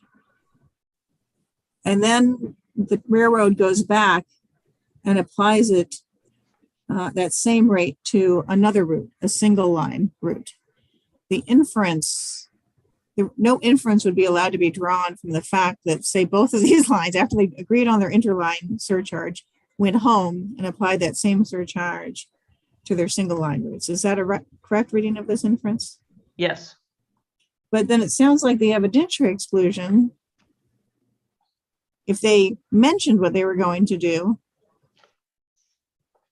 during that interline discussion, it's all about interline, it's subject matter, it's all they talk about. And at the end they go, yeah, on the way out, they go, but, I think I'm also going to have to just extend this to my single line traffic, just so it makes sense to customers. Then I thought you would say that that piece of evidence would no longer concern, or the district court would say that no longer concerns an interline movement, because they've talked about all rates at that moment. But that would seem to create a gap between the evidentiary exclusion and the inference. Yeah, we think there's no gap, Your Honor, because the evidentiary exclusion is a prophylactic rule in service of the inference clause. It's just a backstop. And I think the way to think about it is the inference clause imagines two separate decisions. One is a discussion about the interline rate, and the other is a subsequent or parallel decision about the single line rate. And the interline discussion cannot be used as evidence of price fixing as to the single line rate. Now, remember at the beginning, the railroads wanted this exclusion because sometimes they had interline and single line traffic on the exact same routes. And so you didn't want the discussion of interline traffic to be used as evidence of single line rate collusion. And the prophylactic rule is, but if there's the same discussion, Your Honor, if there's one discussion that involves both interline and single line, or that involves both interline, identifiable interline traffic and all fuel surcharges, like our examples on red brief 15 to 16, that does not concern an interline movement because it's not limited. But I think mine was more of an evolution in the discussion.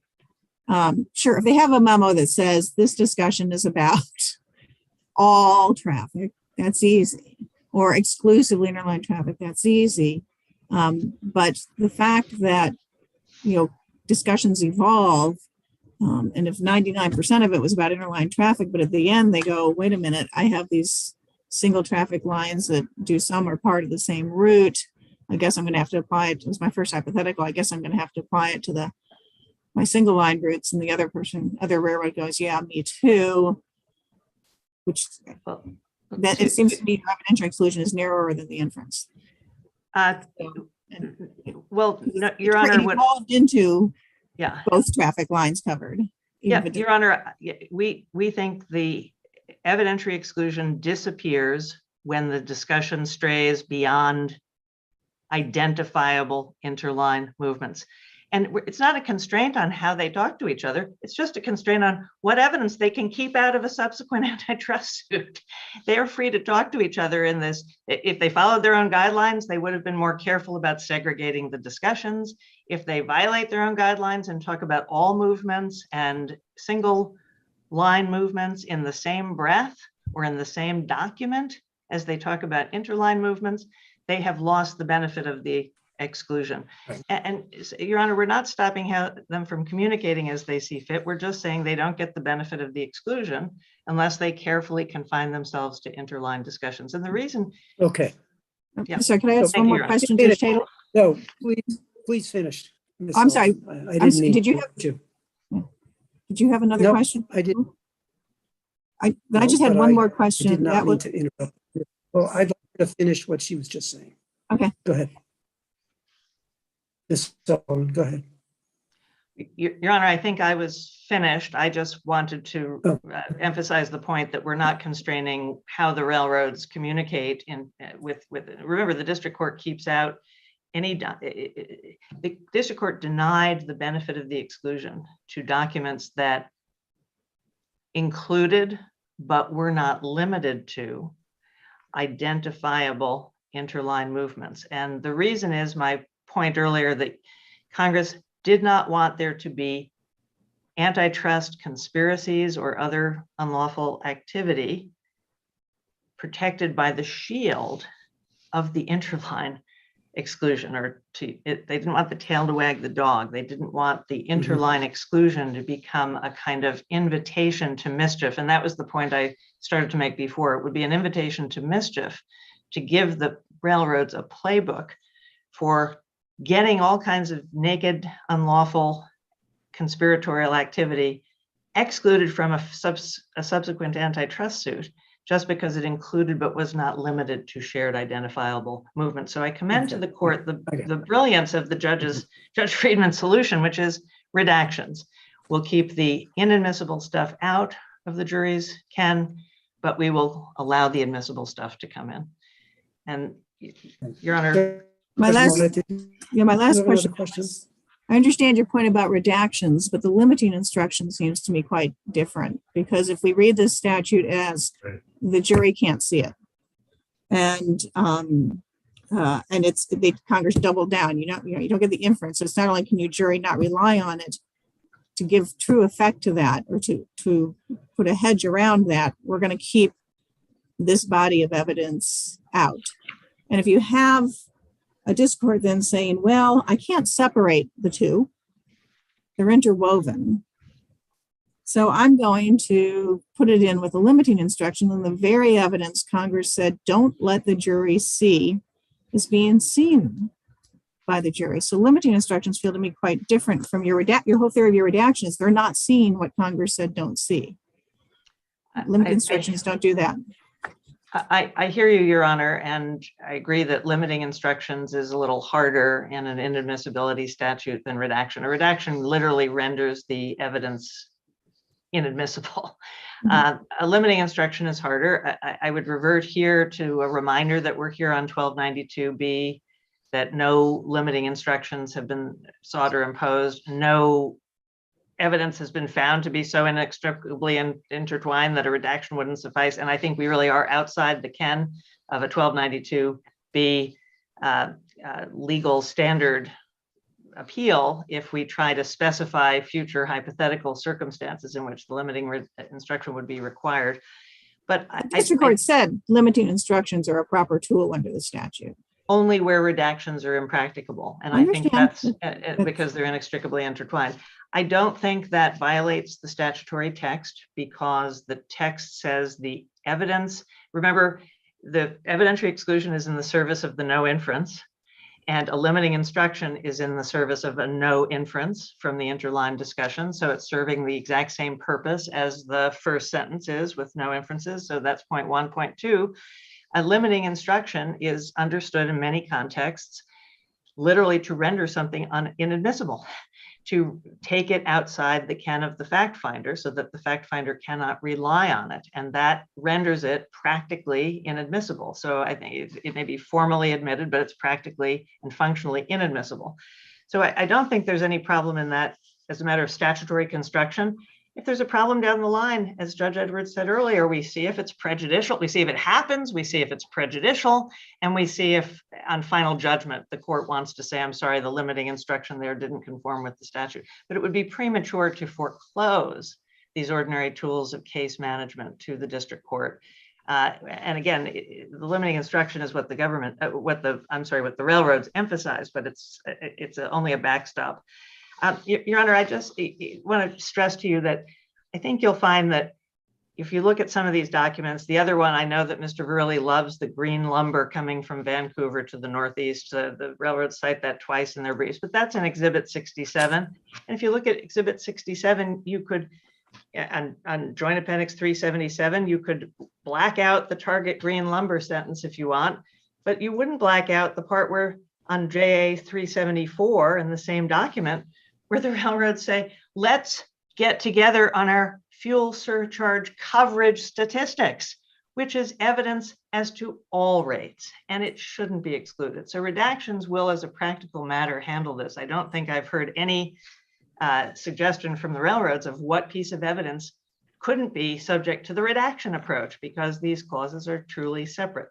And if we face that problem, we'll face it down the road. So for these reasons, Your Honor, I know, Judge Taylor, you've been very indulgent. Just to sum up, we respectfully submit that you can keep this on 1292B review so long as the court confines itself to the statutory construction issues. Before that, the district court was correct in its interpretation of the statute as narrowly confining the exception to identifiable interline movements of a rail carrier, of the participating rail carriers, and allowed properly for redactions and limiting instructions as a matter of statutory construction. You don't need to reach the second clause about considered by itself, but if you adopt Mr. Verrilli's interpretation, it's so broad, it says all this evidence comes in, then you've got an antitrust conspiracy, and then it should be independently affirmed under the second prong. Thank you very much for your indulgence with your time. Thank you. We'll hear from the government. Mr. Leach. Thank you, Judge Dadle, and may it please the court. Brian Leach on behalf of the government. I'd like to start as well with Judge Edwards' question. The government does not have a position on whether certification was improperly granted. I think that's a determination the court should make in its own discretion. But on the issues that have been raised today, the first one, and Judge Edwards brought this up and Judge Dadle asked questions about it, is the role of the considered by itself clause. And so I want to go right to that. And I want to emphasize that our reading does not render that clause superfluous. It still gives meaningful application to that statute. And I'm happy to discuss the precise examples we provided. The first one would satisfy, which refers to freezing out a price cutting competitor from 3- and 4-part interline movements. That's a discussion that would concern shared interline traffic. It would be the two carriers discussing how their 3- and 4-part movements are going to operate.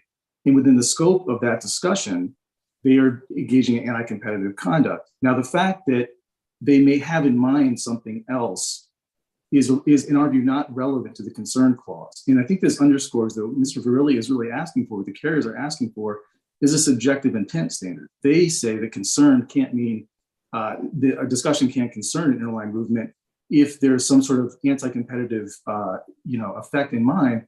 But of course, that will always be true for any discussion that would by itself violate the antitrust law. So our focus is on the objective content of the discussion or agreement viewed in light of the communications of the parties.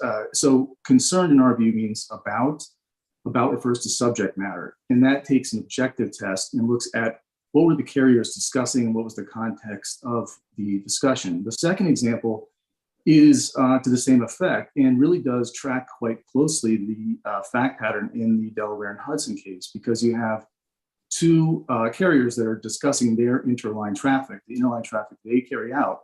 And the big carrier says to the little carrier, I'm not going to work with you unless you give me essentially all of the money. And the Second Circuit, and that's a tribal issue on a Section 2 claim. Now, the carriers point out that Section 2 involves unilateral conduct typically. But your view, that fails the concern clause, right? I'm sorry. No, it doesn't fail the concern. It passes the concern clause, but it fails the second clause. Okay, gotcha. Right, because right. Because what they're discussing is their shared interline traffic. Right. The fact that the dominant carrier has in mind some anti-competitive consequence doesn't change the fact that the subject of the discussion, viewed objectively in its content and context, was their shared interline traffic. So that's an example. The other example we provide was just as a matter of historical background. When Congress enacted this statute, what the carriers describe as a vertical supply relationship was per se unlawful. And there were exceptions to that. There were defenses that could be asserted, like the ancillary restraints doctrine. But at the time, those were per se unlawful discussions. Those are per se unlawful restraints. Subsequent developments in antitrust law have changed the rule from a per se standard to a rule of reason standard. But that doesn't change, or that shouldn't justify an expansion of the concern clause. The fact that something could have been subject to a different rule and may have been a violation considered by itself when Congress enacted it, I think shows that there was independent meaning to this clause and it was enacted, and there continues to be, because joint venture discussions and agreements are not immune from the antitrust laws. The standard the carrier is proposing is one that would suggest that any discussion within a joint venture is somehow, categorically lawful. I think that would be news to the Supreme Court in the NCAA cases. But additionally, the point that the carriers pointed out was that there is testimony in the record, legislative history of the Staggers Act, where the Department of Justice and a staff member from FTC discussed interline traffic, and they were talking in generalities about the ordinary case. And I would agree that in the ordinary case, many interline arrangements are going to be prohibited and will not by themselves violate the antitrust laws. But that's not the question. The carriers are asserting is that it would render it superfluous in almost all of its applications. And that's simply not correct. And they agree that the analysis that would take place would involve a rule of reason type of inquiry in many instances. They make this concession at pages 15 to 16 of the reply brief. So in some ways, our application and our understanding of the considered by itself clause is not that far off from theirs, with a few, considerable exceptions. But I want to emphasize that our reading of concern is an effort to give meaning to all of the words of the provision in the clause related to concerned and interline movement, and then it does not render considered by itself an afterthought.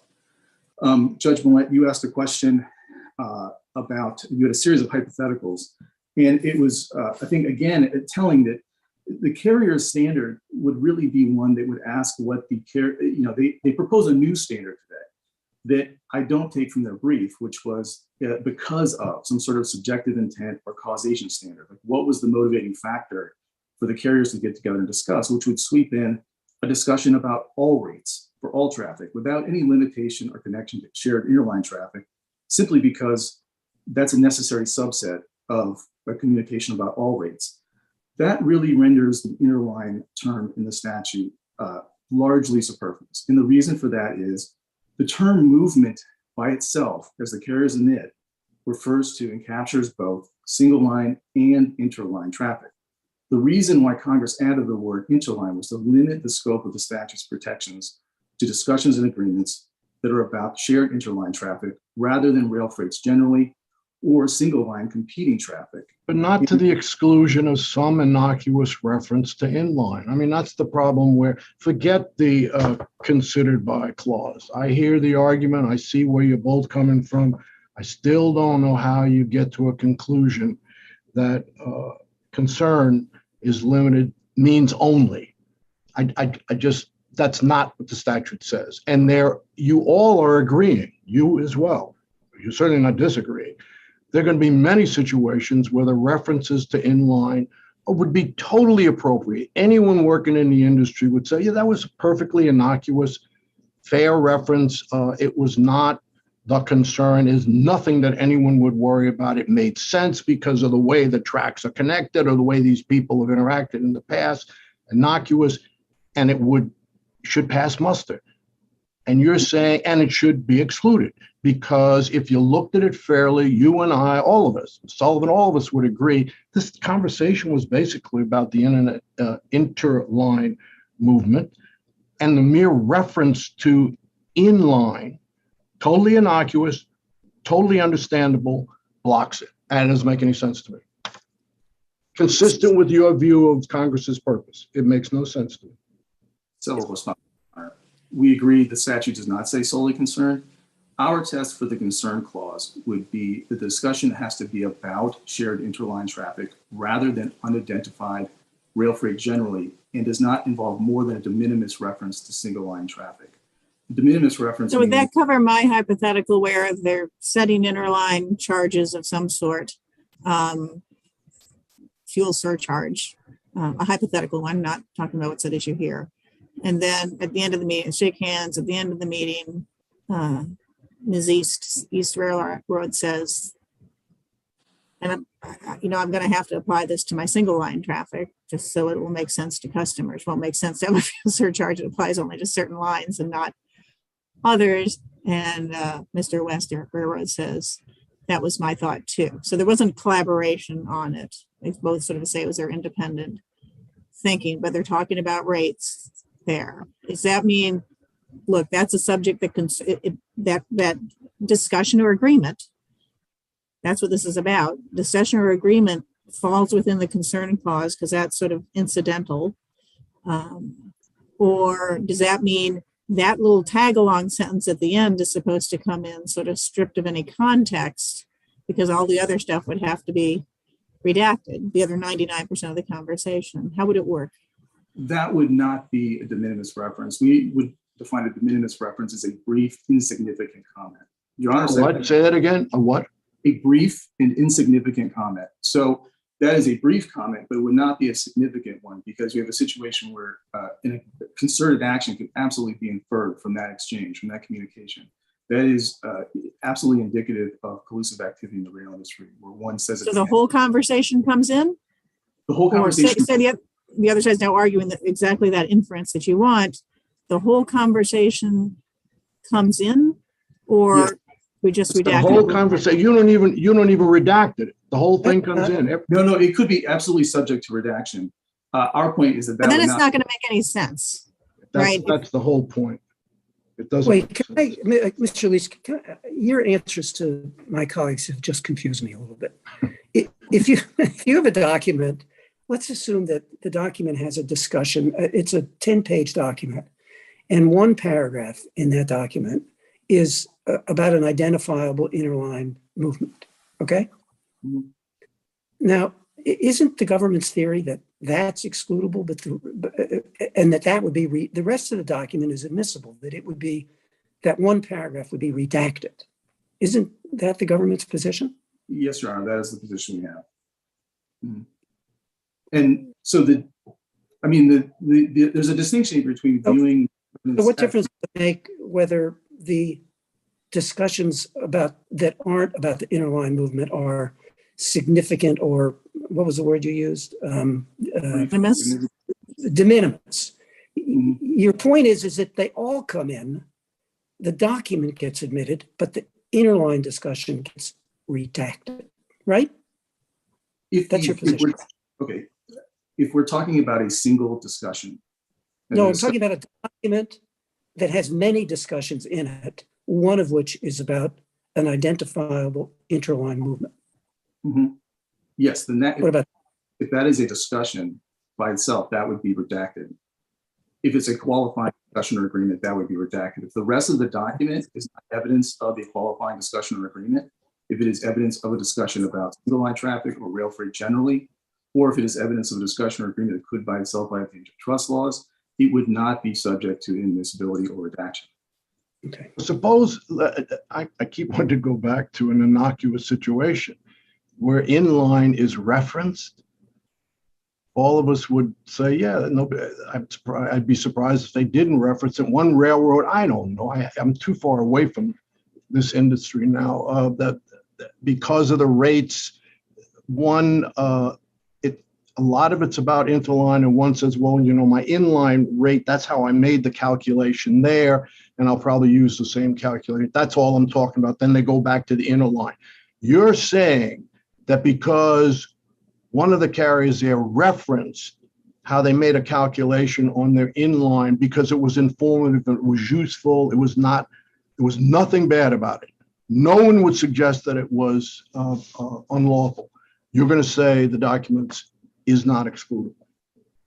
No, we would say that would be if it's perfectly innocent, it's a brief and insignificant comment. It's a de minimis reference to, yeah. So it would be. Yeah, but I've been asking that question all day. We're now up to all afternoon. I've been asking that all day. If there is a totally innocent, my concern is the district court said, as I read it, any reference to anything other than interline among those who are using it, it's dead. it's admissible.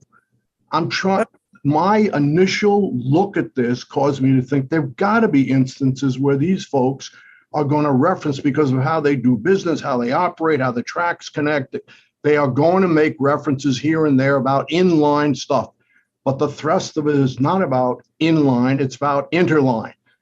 And yet I was reading, and I heard plaintiffs to be saying this, I thought her last colloquy with my colleague was exactly that. Too bad, you lose. When they were talking about the inferences and the exclusions, I thought that's exactly what Ms. Sullivan, you're saying the opposite, which is more consistent with what my instinct would be. That mere innocent reference, common sense, it is not about doing anything bad in the interline. It's just a point. We looked at it. We happened to mention it. Ms. Sullivan seemed to be saying to me, the mere mention of that kills it. That document cannot be excluded, period. You're saying now, no, that would be okay because that's innocent. I think we might have a slightly different position than the plaintiffs on that. Our position is there could be a de minimis exception to, brief, insignificant references, or, this is not a gotcha provision. We are trying. I know, that's exactly what my concern is. Yes, we are recognizing the slip of the tongue in the meeting of two railroad executives. We're not looking to just, have this be something where they can't, ever mention or have a relationship to their single line traffic. What we're talking about are situations where the concern we have as the United States and the Federal Trade Commission is that you're going to have a situation where rail carriers are getting together to discuss and standardize competing rates or rates on all traffic, and that they are then coming to court and say you can't admit any of that because none of those discrete communications shows an express agreement that by itself would violate the antitrust laws, which would severely hamper and impair the ability of private entities as well as the government to enforce the antitrust laws in the rail industry.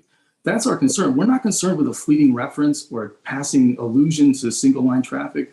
We're concerned with the serious real world types of communications. But I would think you would say that a fleeting reference doesn't satisfy the concern test because it doesn't deal with an identifiable movement, right? But that if it was a fleeting reference that happened to deal with an identifiable movement, then that would be redacted and the rest of the document would come in. Isn't that the government's position? A single reference to single line traffic or interline traffic, Your Honor? I'm only talking about Inline. Inline traffic. You mean Single line. Interline traffic, exchange traffic between the Western carrier and the Eastern carrier. If it's a fleeting reference and it's not an identifiable movement, it's not covered by the considered clause. If it is a fleeting reference to a identifiable movement, then it's excludable, but then it's redactable, but the rest of the document. I'm sorry. Is that right or wrong? Is that your position? I may not have made myself clear. A mere mention of interline traffic, identifiable or not, I think even the carriers concede that would not satisfy the concern clause. So a mere mention of interline traffic would not satify. What we're saying is that a mere mention of single line traffic would not disqualify what is otherwise a discussion or agreement about their interline traffic. Yeah, and see, David, I was raising the opposite. Yeah, I understand. Limited mentions of inline. Right. Does that corrupt something that would otherwise be excludable, which doesn't make any sense to me? If that's why I followed up with my question. Right. Because I was thinking. Judge Edwards, to go to your question, the practical realities of communications in business sometimes involve passing references to subjects that go beyond interline traffic. We acknowledge that. But as Ms. Sullivan noted, it's really important to emphasize that the carrier's internal antitrust policies counsel them to take the very steps that we're discussing in this case. Yeah, no, I understand that. I'm just trying to understand, since we're being made to do this on certification, subject to rethinking it, I'm trying to understand what we're thinking about. That's all. Yes. I mean, you all have done a very good job in presenting us, and we're not being critical, but it's not a straightforward case. Let me tell you, this is not an arbitrary and capricious case. Someone stole my Jell-O out of the. All right. Well, wait, I want to. Sorry, if Judge Edwards is done, and I'm sorry. I know this isn't. I don't usually ask questions, but I've been assuming, Judge Edwards, when you say in line, you mean single line by that. Yes, right? yes. I'm sorry. And then, so I appreciate all these concerns about de minimis or insignificant. The test turns on what the discussion or agreement concerned, not what a single comment concerned. That's how Congress phrased it. And I was, with respect again to my question, where at the end, independently, no evidence of any joint collaboration. One goes, I think Ms. East Railroad says, I'm going to have to extend this to my single line traffic.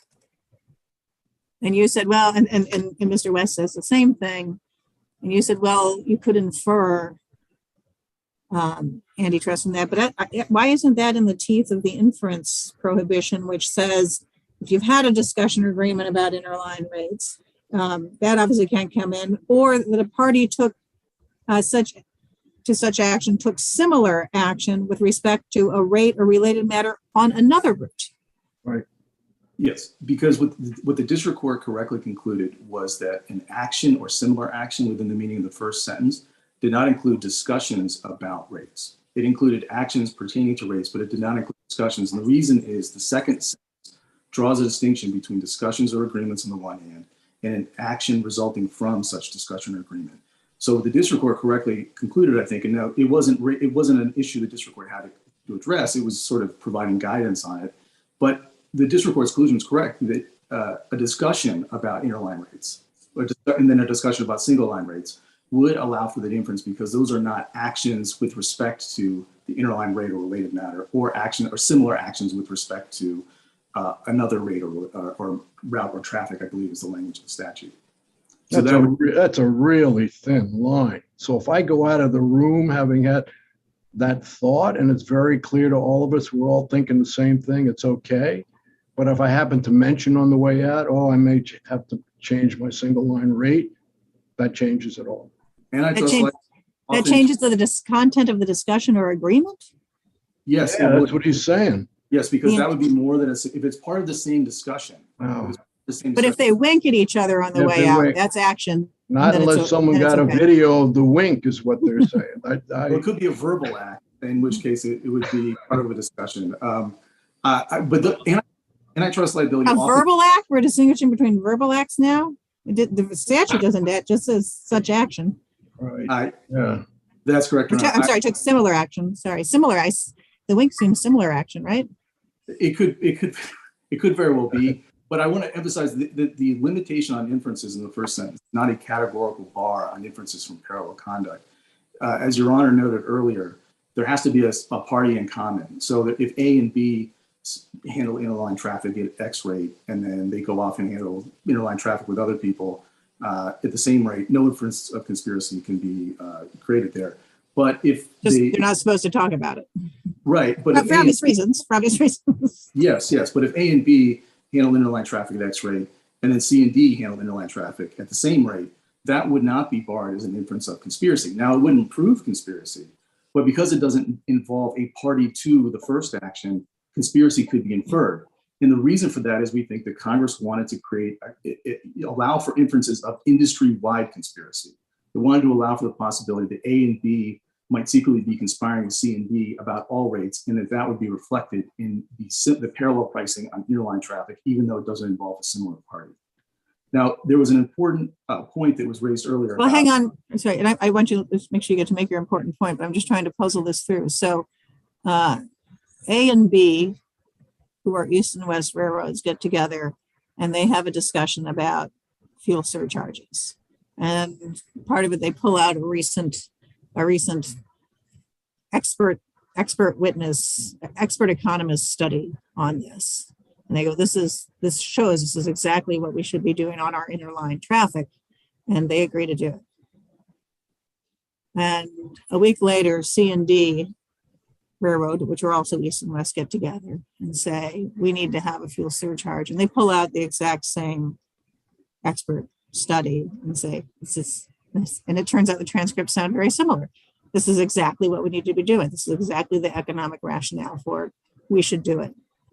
That first conversation would seem to me clearly covered by both the inference and the evidentiary exclusion. Yes? It would be covered by the evidentiary provision because what you're referring to is wouldn't be considered within the district court's interpretation. I'm sorry, I got a glitch in my hearing. It would. Sorry, it would be covered by the evidentiary clause. Okay. The inferential sentence, though, because action does not include discussions, the discussion about the expert report and the discussion to plan out the rate would still be available there as evidence to create an inference of conspiracy. It's only the rate. What? That's the whole rationale for okay. So you have an extremely narrow view of this exclusion. So when they say, here's the reason why I think we should do this together on our interline rates, you say that comes in.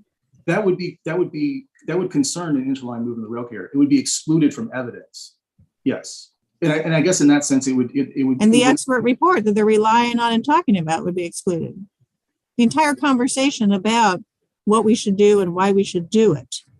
Yes. It's all interline.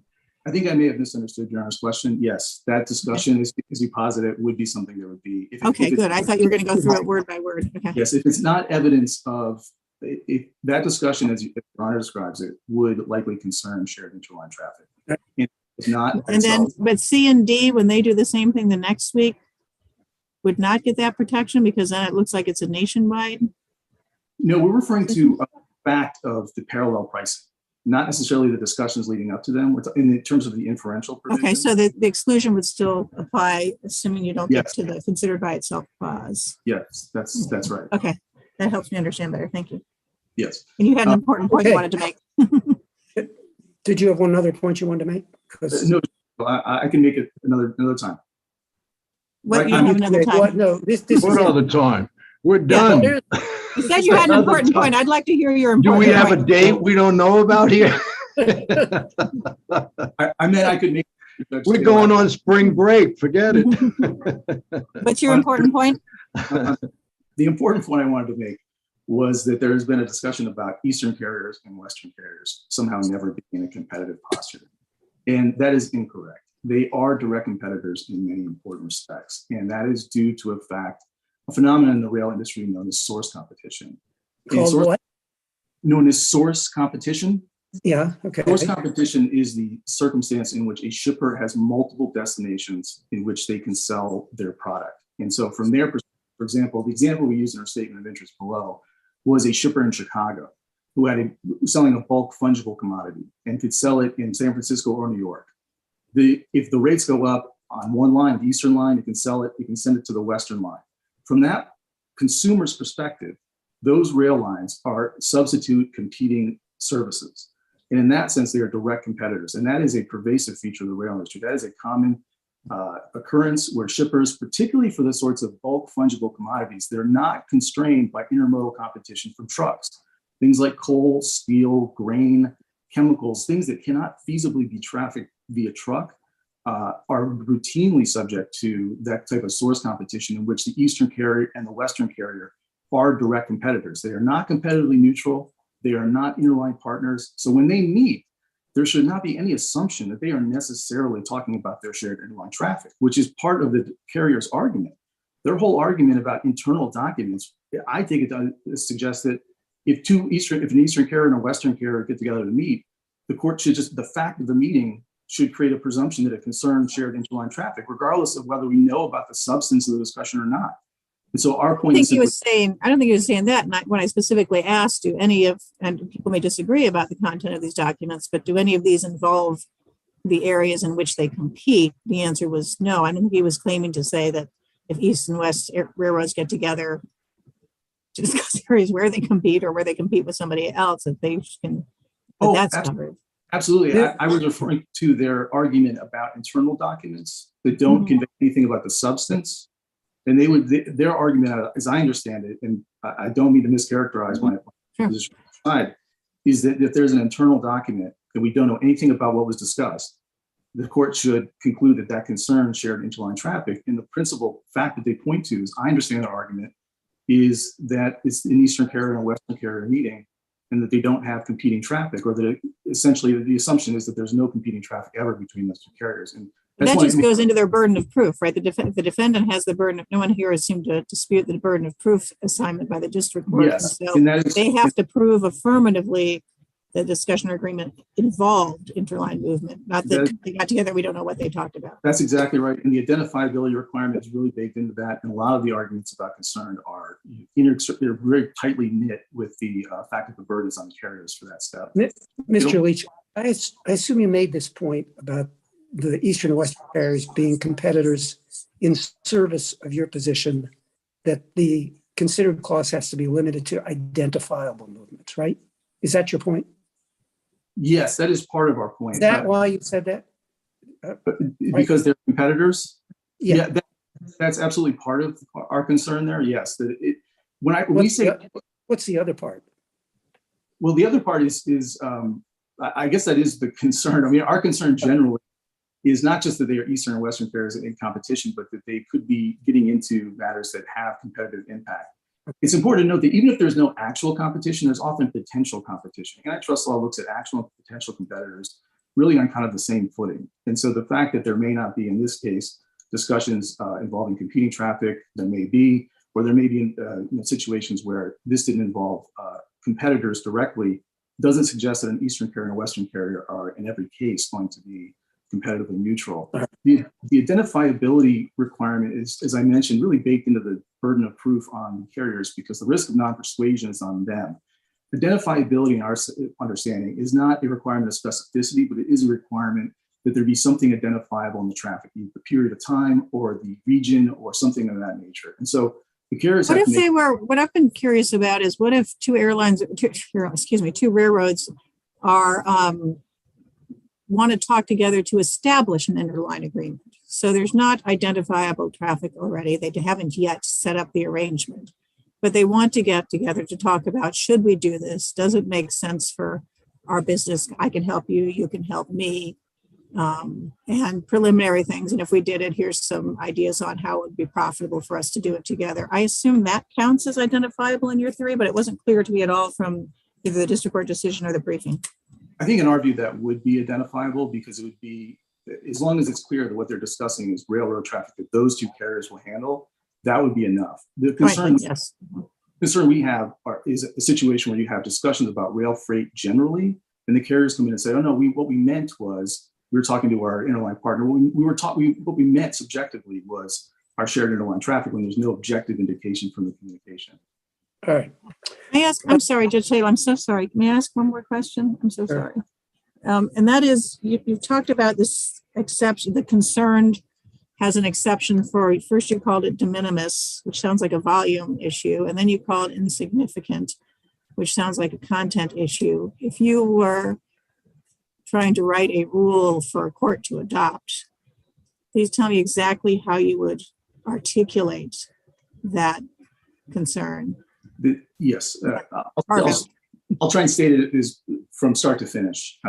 The discussion has to be about shared interline traffic rather than rail freight, generally unidentified rail freight, and it cannot involve more than a de minimis reference to single line traffic. De minimis in this context means brief and insignificant. So if there are significant competitive implications from the reference to single line traffic, that would not count. Or if it was an extended discussion. Now, we would acknowledge there is no algorithmic formula for making these determinations. Many of them will be discretionary judgment calls for the district court. But those are judgments district courts are well equipped to make, and they make routinely thousands of times every day on pieces of evidence in cases across the country. Thank you, that's helpful. Okay. Thank you, Mr. Leach. Let's see, Mr. Varelli, you were out of time, but we'll give you 3 minutes. Thank you, Your Honor. In terms of going ahead with answering certified question, I think another important factor there is, in addition to the specific case, there's the MDL that Judge Howell is supervising, where there are a huge number of individual cases by shippers, all of which are going to be looking to this decision for guidance about how the evidence applies in those cases as well. I think that's an additional reason why Judge Friedman was right to ask for clarity. Now, in terms of the standard, this idea of identifiability and what it means, the burden is on us to demonstrate that a discussion or agreement is about interline movements using the definition that I provided in answer to your question earlier, Judge Millett. We've got to satisfy that burden, but there shouldn't be anything beyond that, future, general, et cetera, Once we've satisfied that burden, we've proven concern. Now, in terms of, it sounds like what's the delta between the test? It has to be about shared interline traffic, not general freight traffic, and no more than a brief and insignificant reference to single line traffic. What's the delta between that and your, we're discussing that subject because it has a subject because it has a direct bearing, practical bearing on shared traffic. What are you covering that they're not? Starting with brief and insignificant reference. I mean, if you cut it off at that point, we're in agreement. Okay, so we're not advocating the kind of sweeping standard that they claim we are. And it's not something we're saying for the first time today. I direct the court to consider page 54 of our opening brief, where we say a discussion concerns a rail movement when it is about how that movement will be arranged and performed or has a practical bearing on the commercial and operational demands of that movement. And then we said that repeatedly in different ways in that same paragraph on that page. So what would you put in instead of brief and insignificant? Because you'd have to recognize that it can't be 50-50. So what would you substitute? You agreed up to that point. The way I would handle that, Your Honor, the way I urge the court to handle it is to ask the question of whether one can view the discussion of that is not about shared traffic as a separate discussion. If one can look at the document and view it as a separate discussion, it's segregable, as we said in our reply brief. At that point, I think you would redact and that would come in. But it has to be segregable, and the majority of the situations are going to be the ones that were posited by Judge Edwards, where there's an occasional comment interwoven.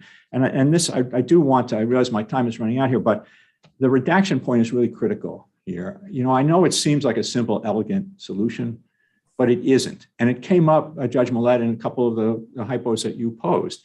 And I'm going to go back to one of my favorite documents, JA 160, but this is true about any number of documents.